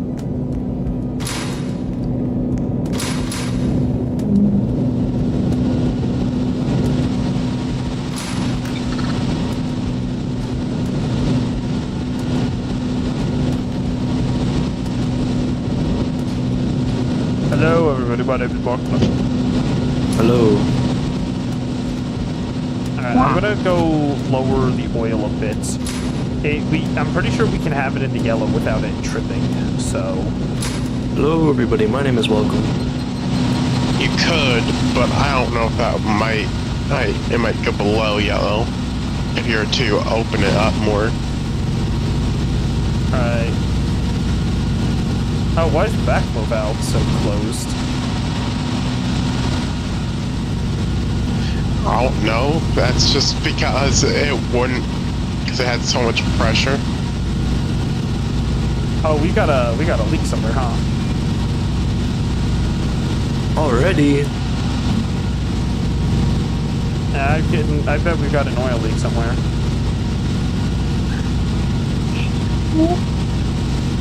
Well, I guess every single time I've tried to run the turbine, it's been an oil leak. I mean, probably. Taking a look at how you had to close the backflow valve a bit. Okay, let's see if I can do this without tripping the turbine.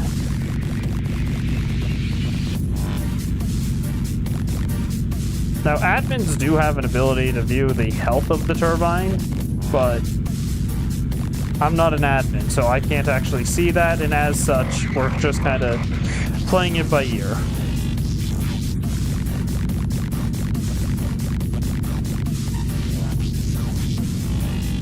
But yeah, my face when the server is shut down, but there's no indication that it was, and everything's just frozen.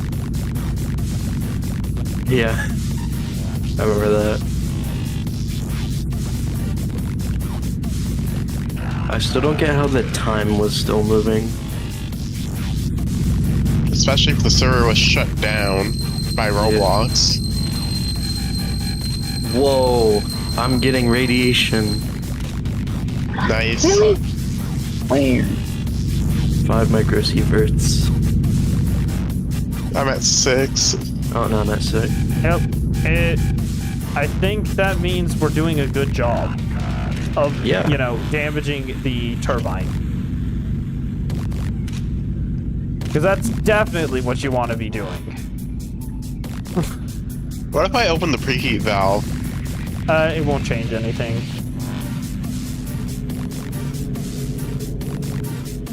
It's like Q-Surf's Raider team all over again. Turning gear. Why does it look like the turning gear is in fact not disengaged?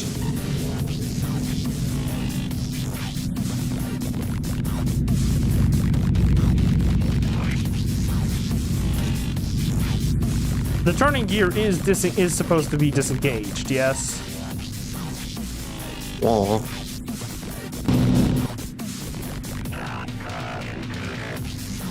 Yeah, it is.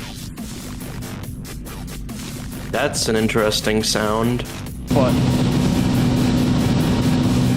Oh. When you walk up to the turbine, it's like, It's static from the electricity that we put in. yeah. well, now that we're putting in, that we're outputting. Or I guess unless you're talking about the exciter field.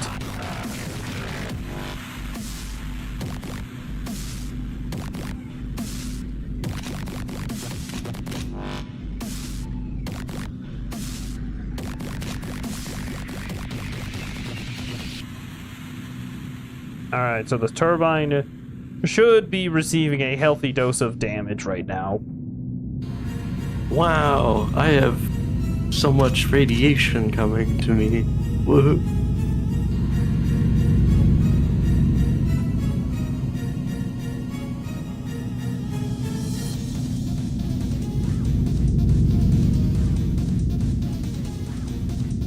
And while this is going on, I'm listening to Big Shot. Wow. It's the only Deltarune song that is in this playlist, and yet it plays every stream just about.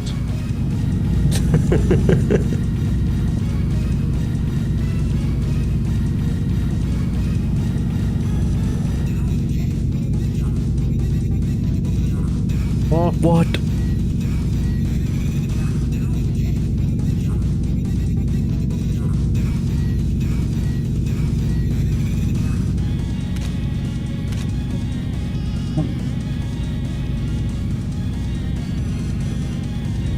Well, guess we just wait now. Gotta wait until we start seeing either smoke or fire. Yes. You guys want to actually read up on what you The do safety when there is a whatever. fire? There are cards somewhere. Where are they? First, It's below we the need to fire suppression stop. system. Cool. First, you say stop.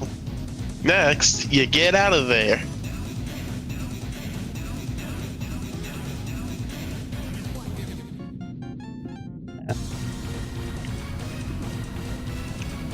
Wow, I love how manuals are so hard to read. Yeah, since you can't just zoom in on them. Yeah. If only they had it so they weren't like physical item. When you use them, they just like a page would show It'd up be on your interesting. screen. It would be cool if they did that way, but they did it this way for some reason. Well, they could do it both ways. Yeah. They could keep the item how it is, but show up a page.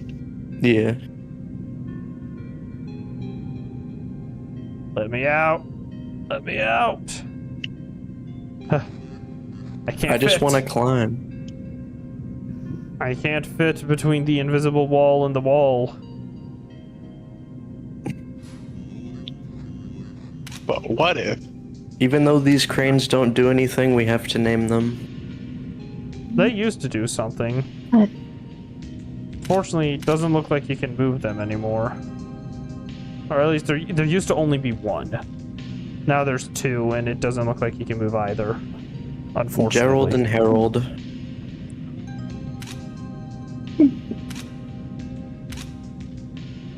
Yeah, I Yeah, don't I'm think. assuming it was for Unit 2 maintenance.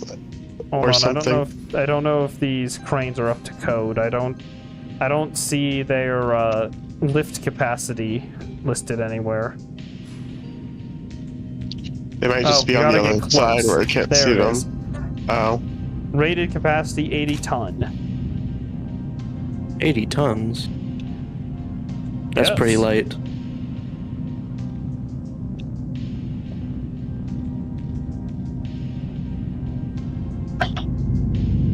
Would increasing load make it break faster? I don't think so, because increasing load doesn't make it turn any faster. It just makes the generator work harder. And we don't want to, we're not trying to break the generator, we're trying to break the turbine.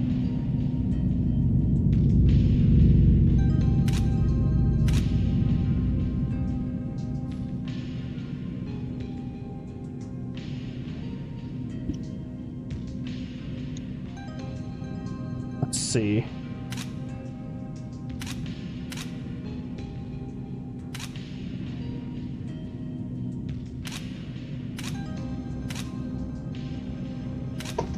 I wonder if I were to, let's turn off the hot water valve all the way and make sure that the oil is nice and cool. That should help damage it. Not something I ever thought I'd say, but you know, as you can see, these a reactor or a turbine thermal event is very hard to cause. Yeah. You want me to cause a turbine thermal event? Yes. Oh boy, time to open up the hot Wait, air no, valve. not that type of thermal event. Turbine, not generator. There's a difference.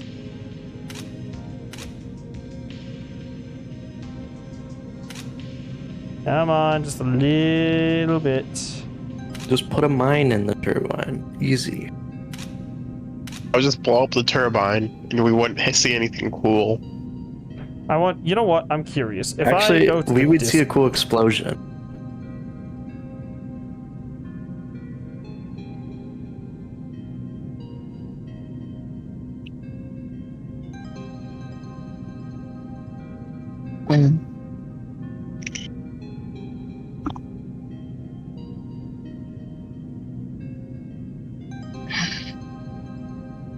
mainly by excess vibrations during run-up.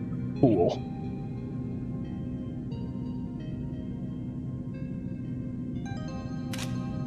So I guess that's the best way to cause damage.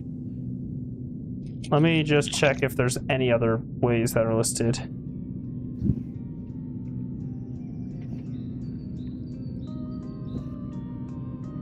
Uh-oh.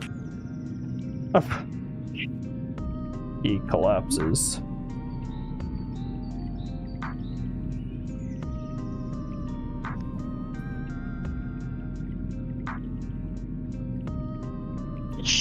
Ah, overpressurize the turbine. Understood. Let me decrease the oil temperature a bit more. Because I'm certain this has to be causing a bit of damage, right? Oh, you know what? Here, let's have a little fun. Okay, so if I just do that. Hey guys, how do you like the taste of radiation? Yum. I love it. Oh. Did the reactor There's a large... turbine trip? Turbine trip. Unfortunate. I put it How too far. dare. What caused the trip? Low oil temperature. Oh, interesting. So if it goes below 30, it trips the turbine. Well, that just makes it easier for me to now cause damage. So if you guys want to stay in Turbine Hall, I'll go ahead and head over to the MCR and begin running up again with excess vibration. Let me through. Oh wait, I don't have a decimeter. L.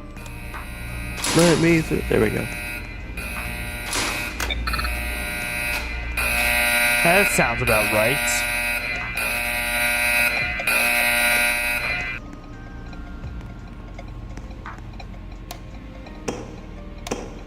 Oh, right.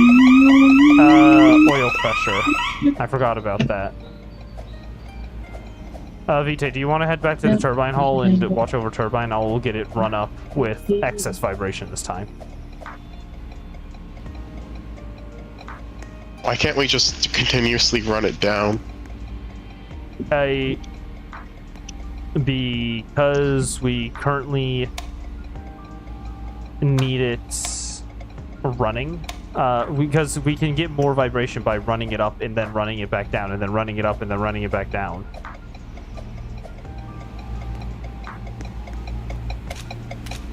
Run, run, run, run, run. Run, run, run, run, run, run. Alright, just give me that oil pressure and I'll, Ooh, what does this do?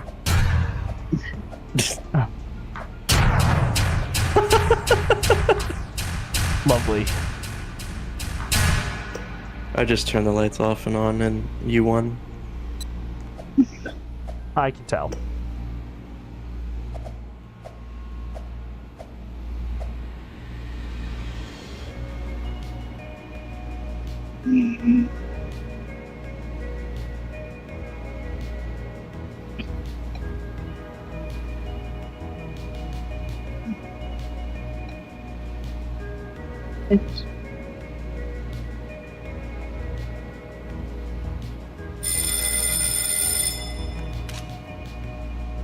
Eek.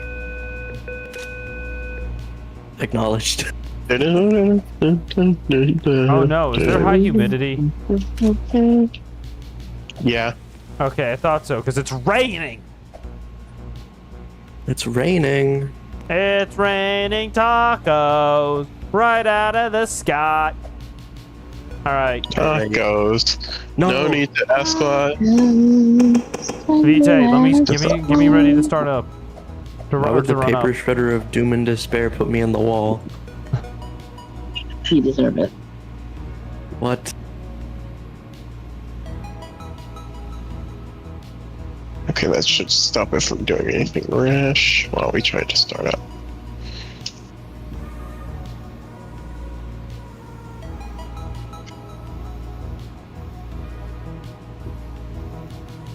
Well, I'm mainly waiting for the turbine trip to be over. You're waiting for what? The turbine trip state to be over. I'm waiting for it to run down. You don't have to wait for it to run down either. Okay, then go ahead. Hold on, I can't. Main steam pressure. Main steam pressure, hold on, let me... Okay.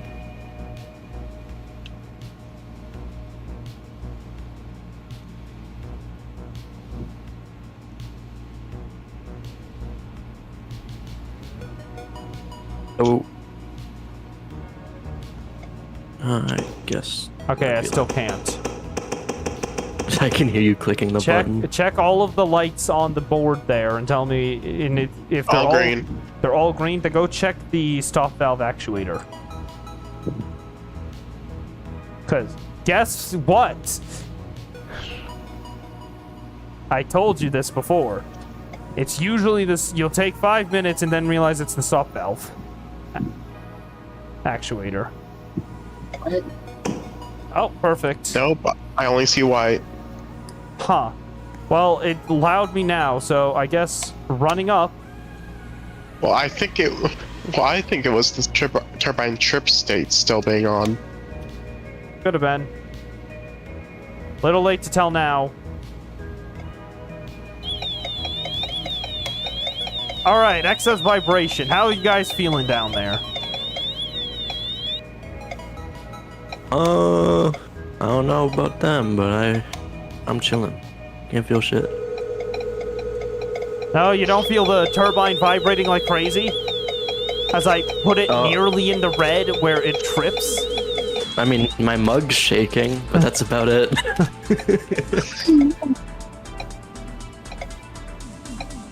Trying to get some coffee, man. Why is it black?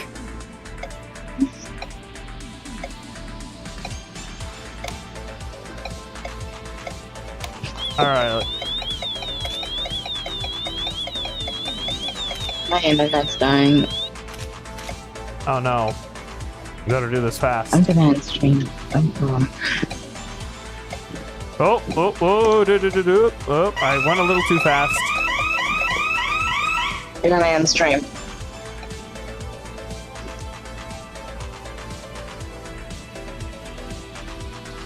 Have this big shiny button Oh, hello.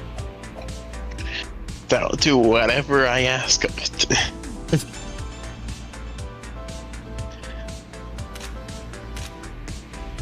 Skedaddle, skedoodle. The turbine shall now skedoodle.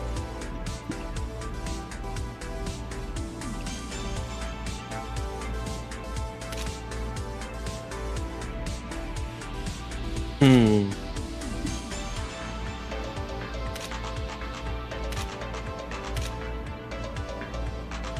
Interesting.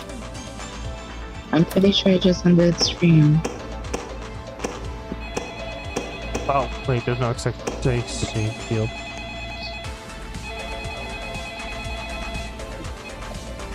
No. But I can't even talk with you on that phone. that is fair.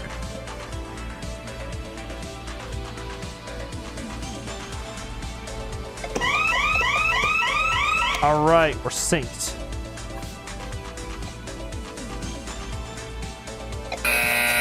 Oh, What in the what flip? happened there? Humidity, presumably. Screw off grid control. Yeah, short circuit due to high humidity. Go open up the hot valve and then let's get started up again.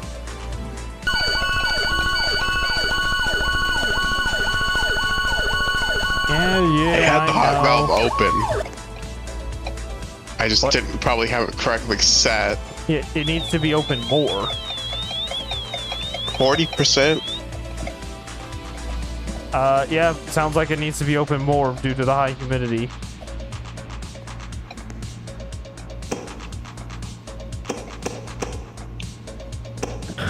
Let me start. Okay. And the stream. Why won't you let me start? That looks to be about 60. Oh, Felix, thank you for the raid. Oh, I didn't think that went through. No, it did. It just came through. Okay. Thank you, though. Oh, that's good. Yeah.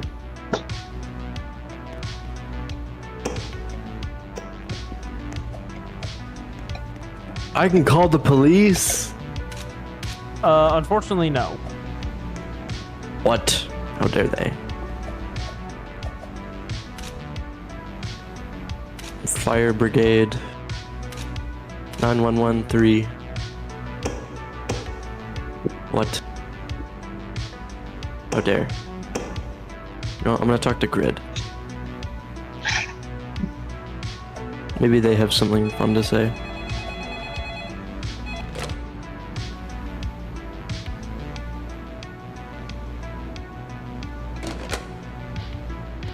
Wow, thank you, bro. I never knew.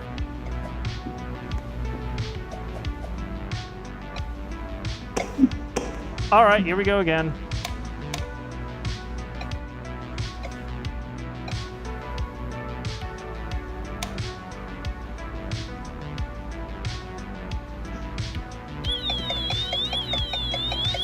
Oh, I can't. Whatever.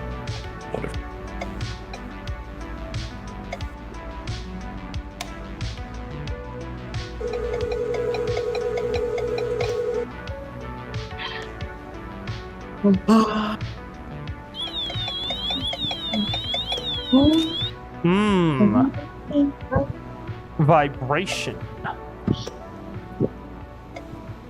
Yummy. No.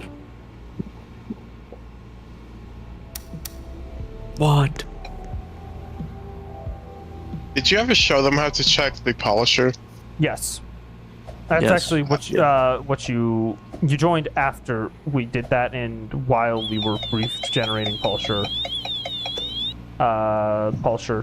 2.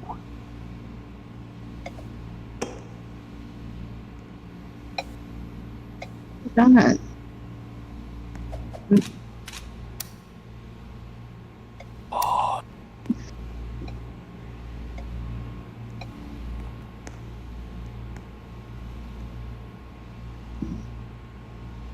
It's raining tacos. It's not raining at all. That is true.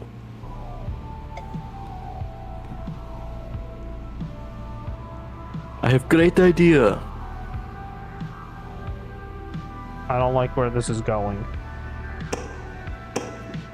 Oh, what are you doing? Auto control, what are you doing? No. Is Unit 2 like right above Unit 1's control room? Yes. Ah, so that's why I can view. Wonderful.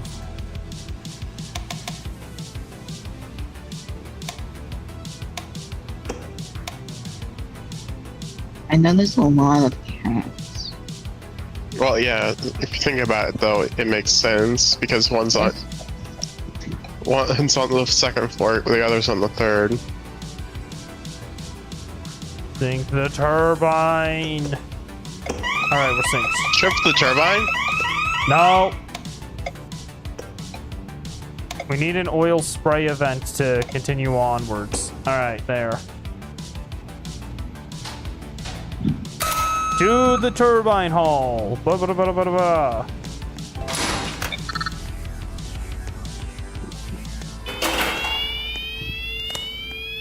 Press the button, Kronk. Wrong button. I will have to leave now.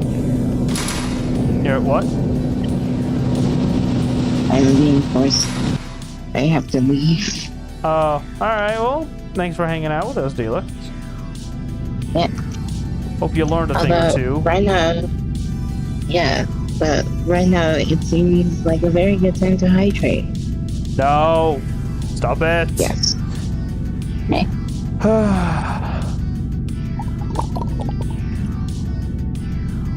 Yum yum Water. yum yum yummity Oh. yum. I love 500 counts of SRM. Yes. Hydration. Okay, bye. Oh, I hear a Goodbye. warning. A Yes, warning. I might have closed your backflow or opened up your backflow valve entirely so that the hydraulic pressure is low. Here's Wait the a thing, though. second. You'll never find me. I'll never find you? Yeah. Hmm. You'll never find me within this hall.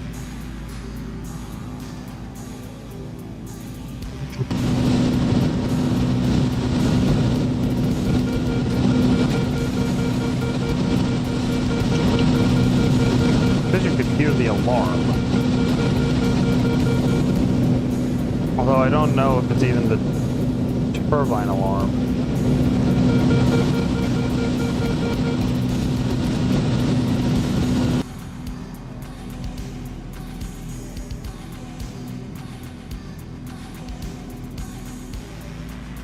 Oh.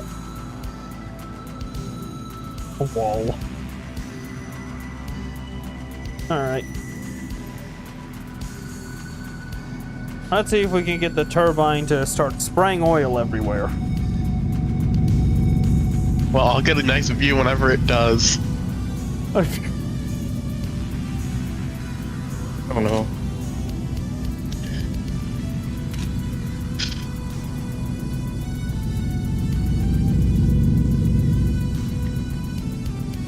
How can I just click there? Can I? Huh, what do you know? I can click that from all the way up here. that doesn't feel right.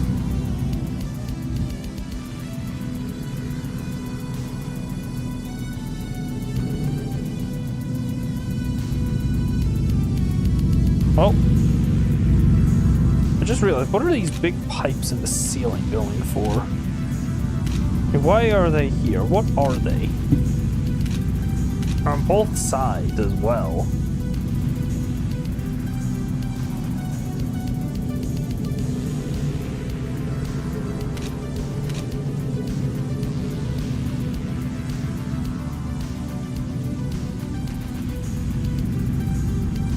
So apparently there's supposed to be like a 30% chance that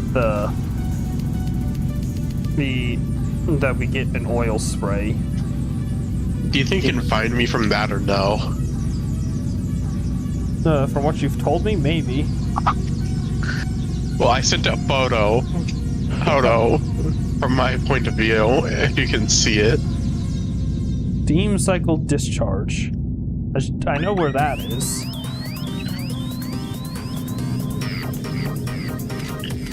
Wait. It's angled more towards this direction.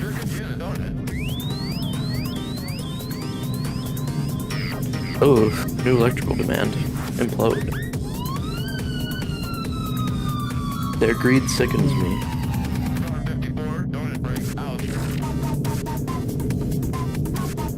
That's not the. Is that the only steam cycle discharge? I mean, I know there's one for Unit 1, but considering you said you'd have good view, I'd assume you're on the Unit 2 side of things. Well, I can see the turbine, although I don't, and I can probably see the spray.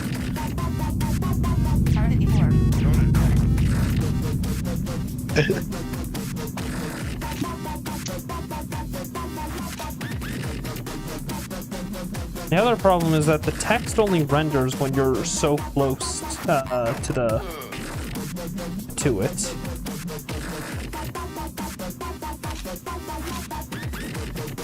Could be on this side though.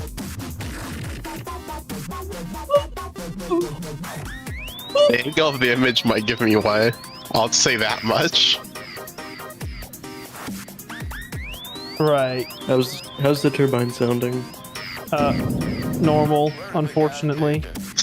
Very sad.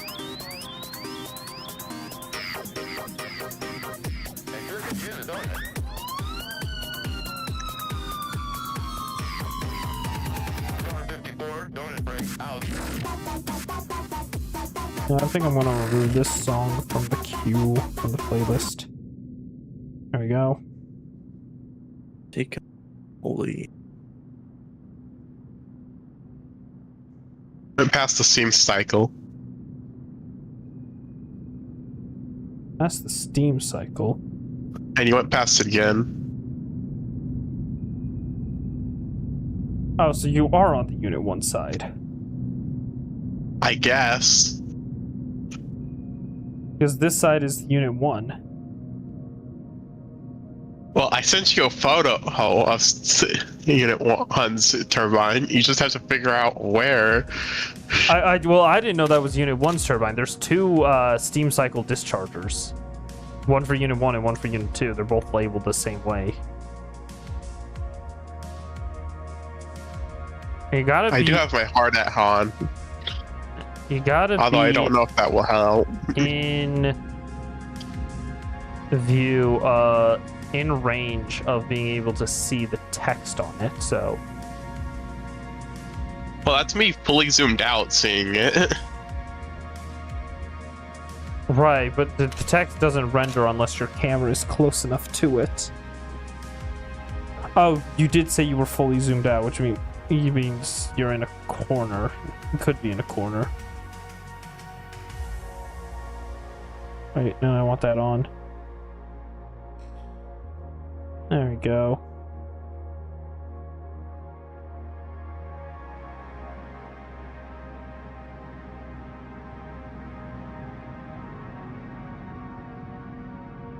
Okay.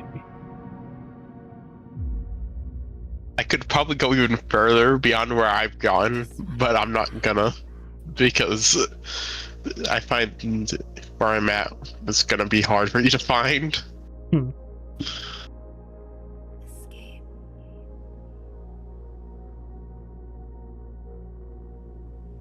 Out on. I mean, obviously, the interesting part is that I know the facility like the back of my hand. So, the question is, where are you really?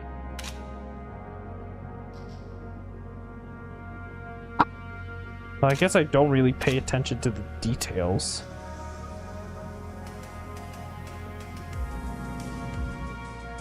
Yes, I know. Game.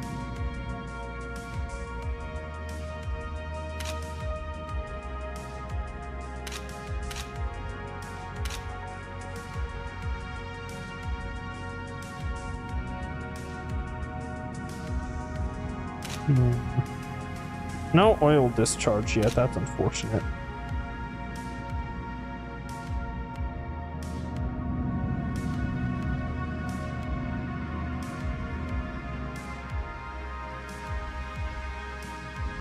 Look at him looking.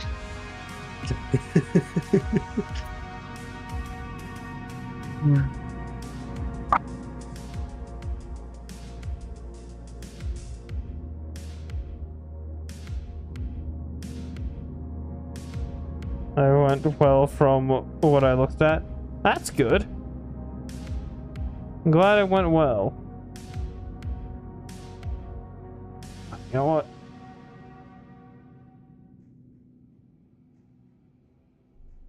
I've made. Wait, actually, can I even? Is there a roadblock here? Yeah, there's a roadblock. Can I get it past the roadblock and get inside? I might be able to. It's going to be a challenge, but...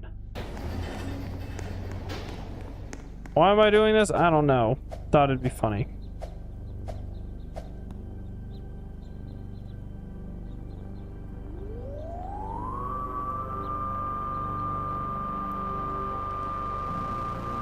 The lighting is so scuffed. Where's bro vroom vrooming to? Anyways, you want to see the name of the power plant? Hey, great, thanks.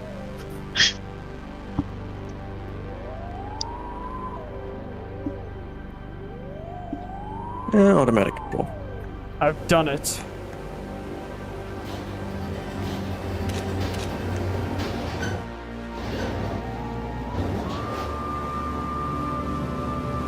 I've brought my golf cart inside.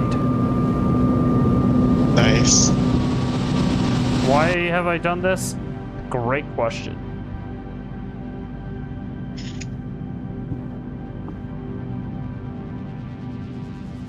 Oh, that is. Alright. Tell Vitae and Atomic to hydrate. Alright. They want... Delix wants you both hydrating. I see. I don't have water on me at the moment, so I'll be right back. Click. Clock. Gee, wait, what am I doing over here? How much longer must we wait until we get the oil spray? Because I'm fairly certain if we put the pressure in the red, it trips the turbine, so...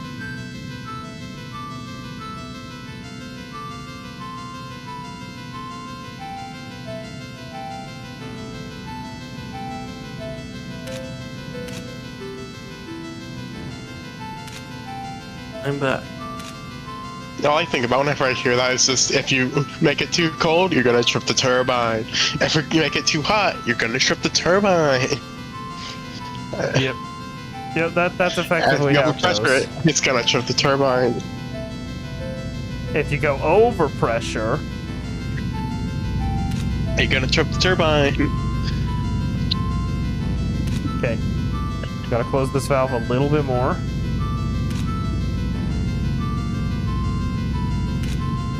Or wait, hold on, was it too much? Was it too little oil? Or was it too much oil?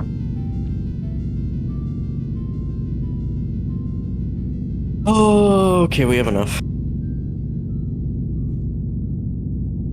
Now I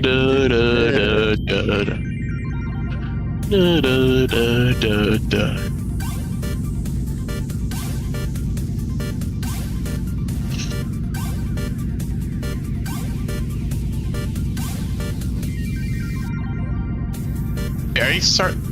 Are you starting up Unit 1? yeah. Yeah, man, I'll tell you what, that dang old internet, man, just going on there, click, click, click, click, click, click, click, click, really.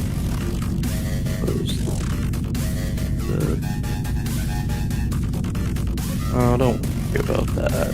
Did you ever find me? Or No, I'm currently trying to see if there's a faster way to do this. Keep oil temp and lubrication oil pressure at yellow zones and it has a 30% chance of oil spraying. Maybe I need to over pressure the oil instead of under.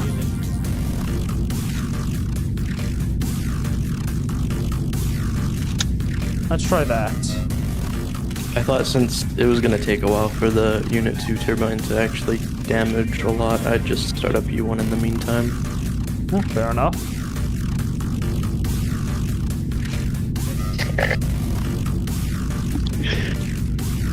Come on. you know what? I'm gonna see if I can get this spot to oh. Never mind, I can't do more with it. Everything's shaking. What's going on? I can't see.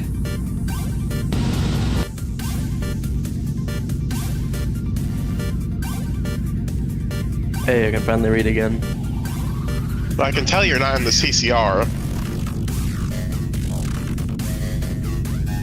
Yeah, I'm trying to overpressure the oil instead of underpressure it.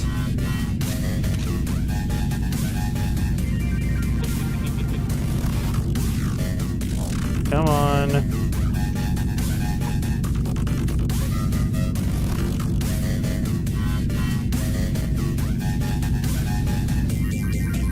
Okay. I'm overpressuring the oil now. Let's see if this goes well.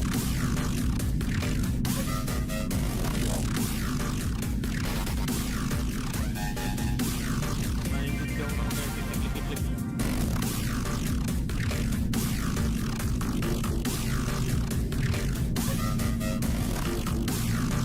click. Watch her. Got 1.4 average viewers. I got 0.4 of a person watching my stream. Let's go. 0.4 people.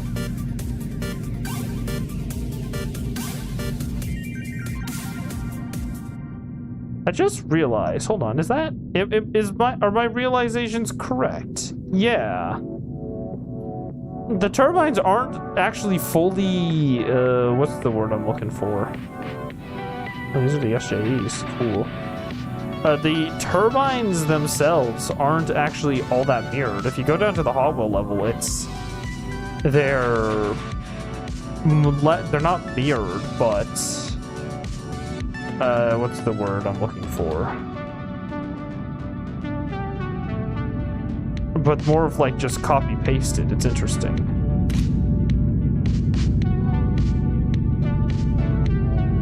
Gotta love the There are synchroscope. changes though. Well, yeah. But that's mostly because Unit 2 is more difficult than Unit 1. Right. Turn these on. Reverse power. Knowledge. Shut up. And we're synced. Beautiful. Man, look at this beautiful generator coil. Yeah, that's a nice coil. Yeah. You can see each individual rivet-ish. You know, Look at all as much that as the copper. texture will let it. I wonder if there's a way to get up onto the Nevergreen container.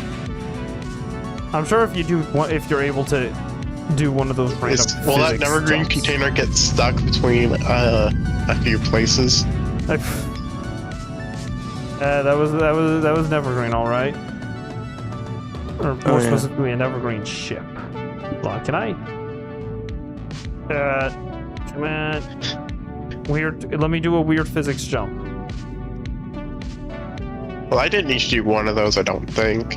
Right. I want to try doing one just because I want to see if it's even possible to get up onto the Nevergreen container. Oh wait, do I need to do a weird physics jump? Ooh. It could have been possible if they didn't add invisible walls to the TCR walkway. Right, but maybe it's still possible. Oh. Huh. Oh, it might just be possible. It might just be possible.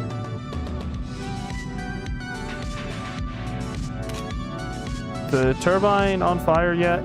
Nah. Okay, good. Or at least it's hard to tell. There's a bit of fog in the way. Doesn't seem like it from what I can see. Yeah. Oh yeah, I can switch that to auto control. I Come forgot. on. Ugh. So, I just need to get back up here. Dang it. Oh wait, what if? Ooh, okay, that might be doable if I do it that way. Nope, I'm stuck on that thing. Great. Okay. Nope, I keep getting stuck on this stupid bar. Come on, all I want to do is get... Okay, maybe this one will be easier.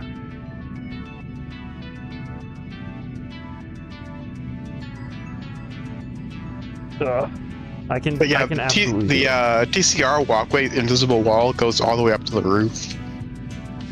Right, but I'm not trying from the TCR. Oh god, I got stuck behind the flag. Uh-oh. Okay, we're good. Okay, there's gotta... It's I think it's absolutely possible to get up onto the Nevergreen container that's being held up by Unit 1's crane. Ooh. It's just going to be extremely difficult. Come on.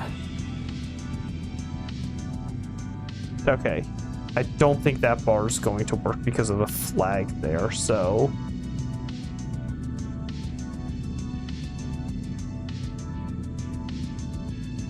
Okay. And so if I can just get... Yes. Yes. Almost. Come on. It's just... No. Stop falling. Stop. Gosh darn it. All right. Back up I go. Nope. I missed that jump. Look at him jump. Okay. Then this guy here... Nope. Messed And that you up. fell down one. Come on. Oh, there we go. Okay, cool. And if I just keep up here... Yeah! Nice. It is possible. I knew it. What are you doing up there? Up where? Yeah, I saw that. Wait, what? I saw that. I see where you are.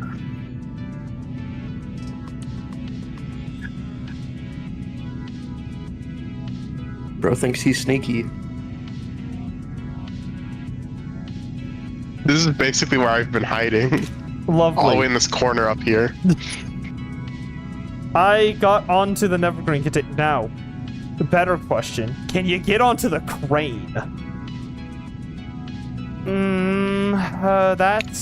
That's going to be a challenge. Even more challenging than just getting up onto the Nevergreen. Maybe there, because if I can get that, that might work. So I've proven that the Nevergreen container is possible.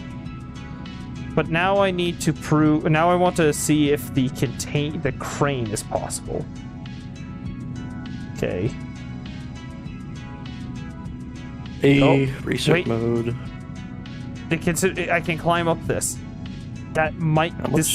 Climbing up this could be my... Very well be my ticket. Doesn't look like it wants to be, though.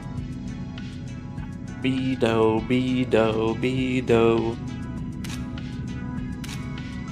Huh. The collision box of this thing is a little funky. No oil spray still, so that's unfortunate.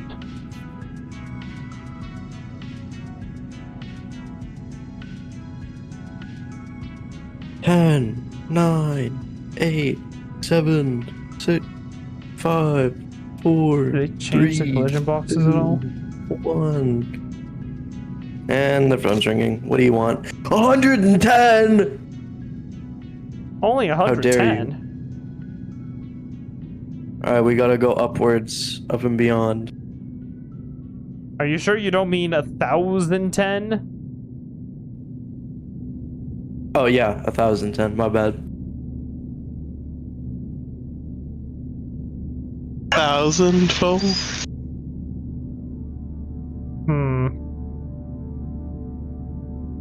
If I could get onto the Harrison generating sign, I might be able to do this. Nope, I got caught on that.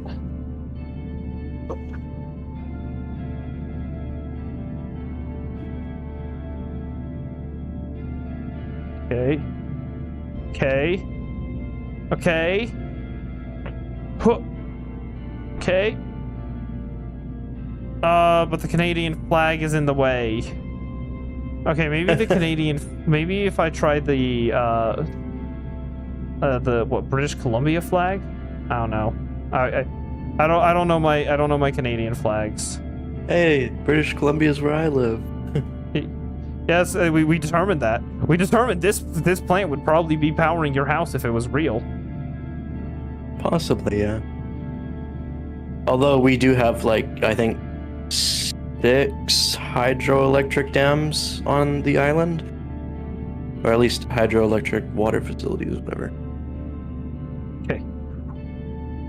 Dang it. Yeah, figures. Whoa. Okay, nope. I'm on the crane.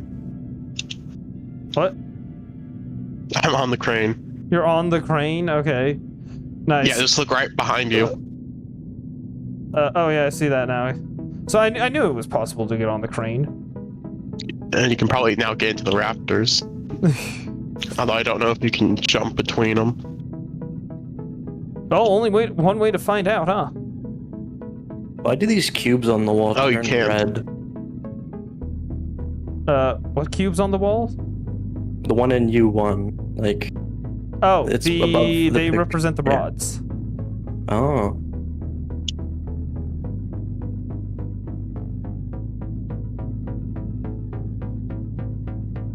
So they'll turn more red over time as you raise power. Yeah. So which of these jumps did you make to get onto the crane? I'm on top of the flag. Okay. That's where I'm struggling. I tried to get on top of the flag, but... Oh, there we go. The sign is hollow, apparently. Oh. I've made it to the second crane.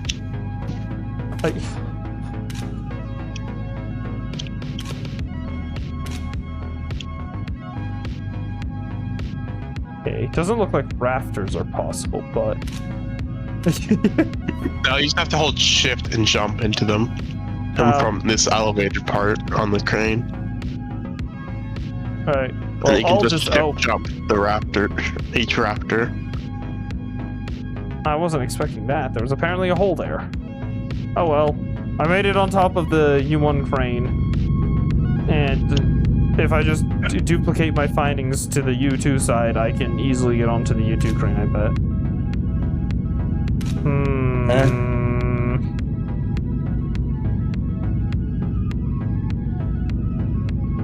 Okay, that's weird. Come on, give us some oil spray.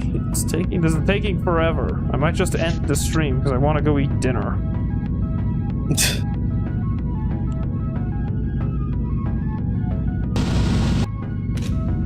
There we go. Now we're fucking raising power again. Alright, what? What is the other lubrication oil at?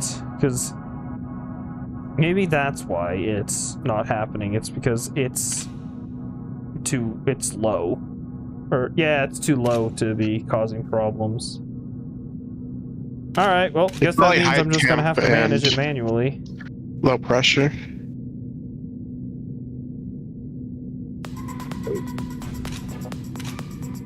Go. I Offside think we event have for an unit two. Oh, wait, no. Let me guess. Offsite event.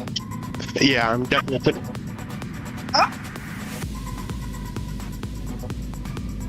Darn it, I can't even pull it. Well, you know what? I think that leaves a perfect place for me to end off the stream. Thank you all so much for watching. This was tons of fun. I was hoping we could actually, you know, do something with the reactor, but guess that'll have, or with the turbine, but guess that'll have to wait. I hope you all enjoyed the stream. This was fun. I'll see you all next time, which tomorrow's stream might be late. I have a meeting I have to get to. Yeah.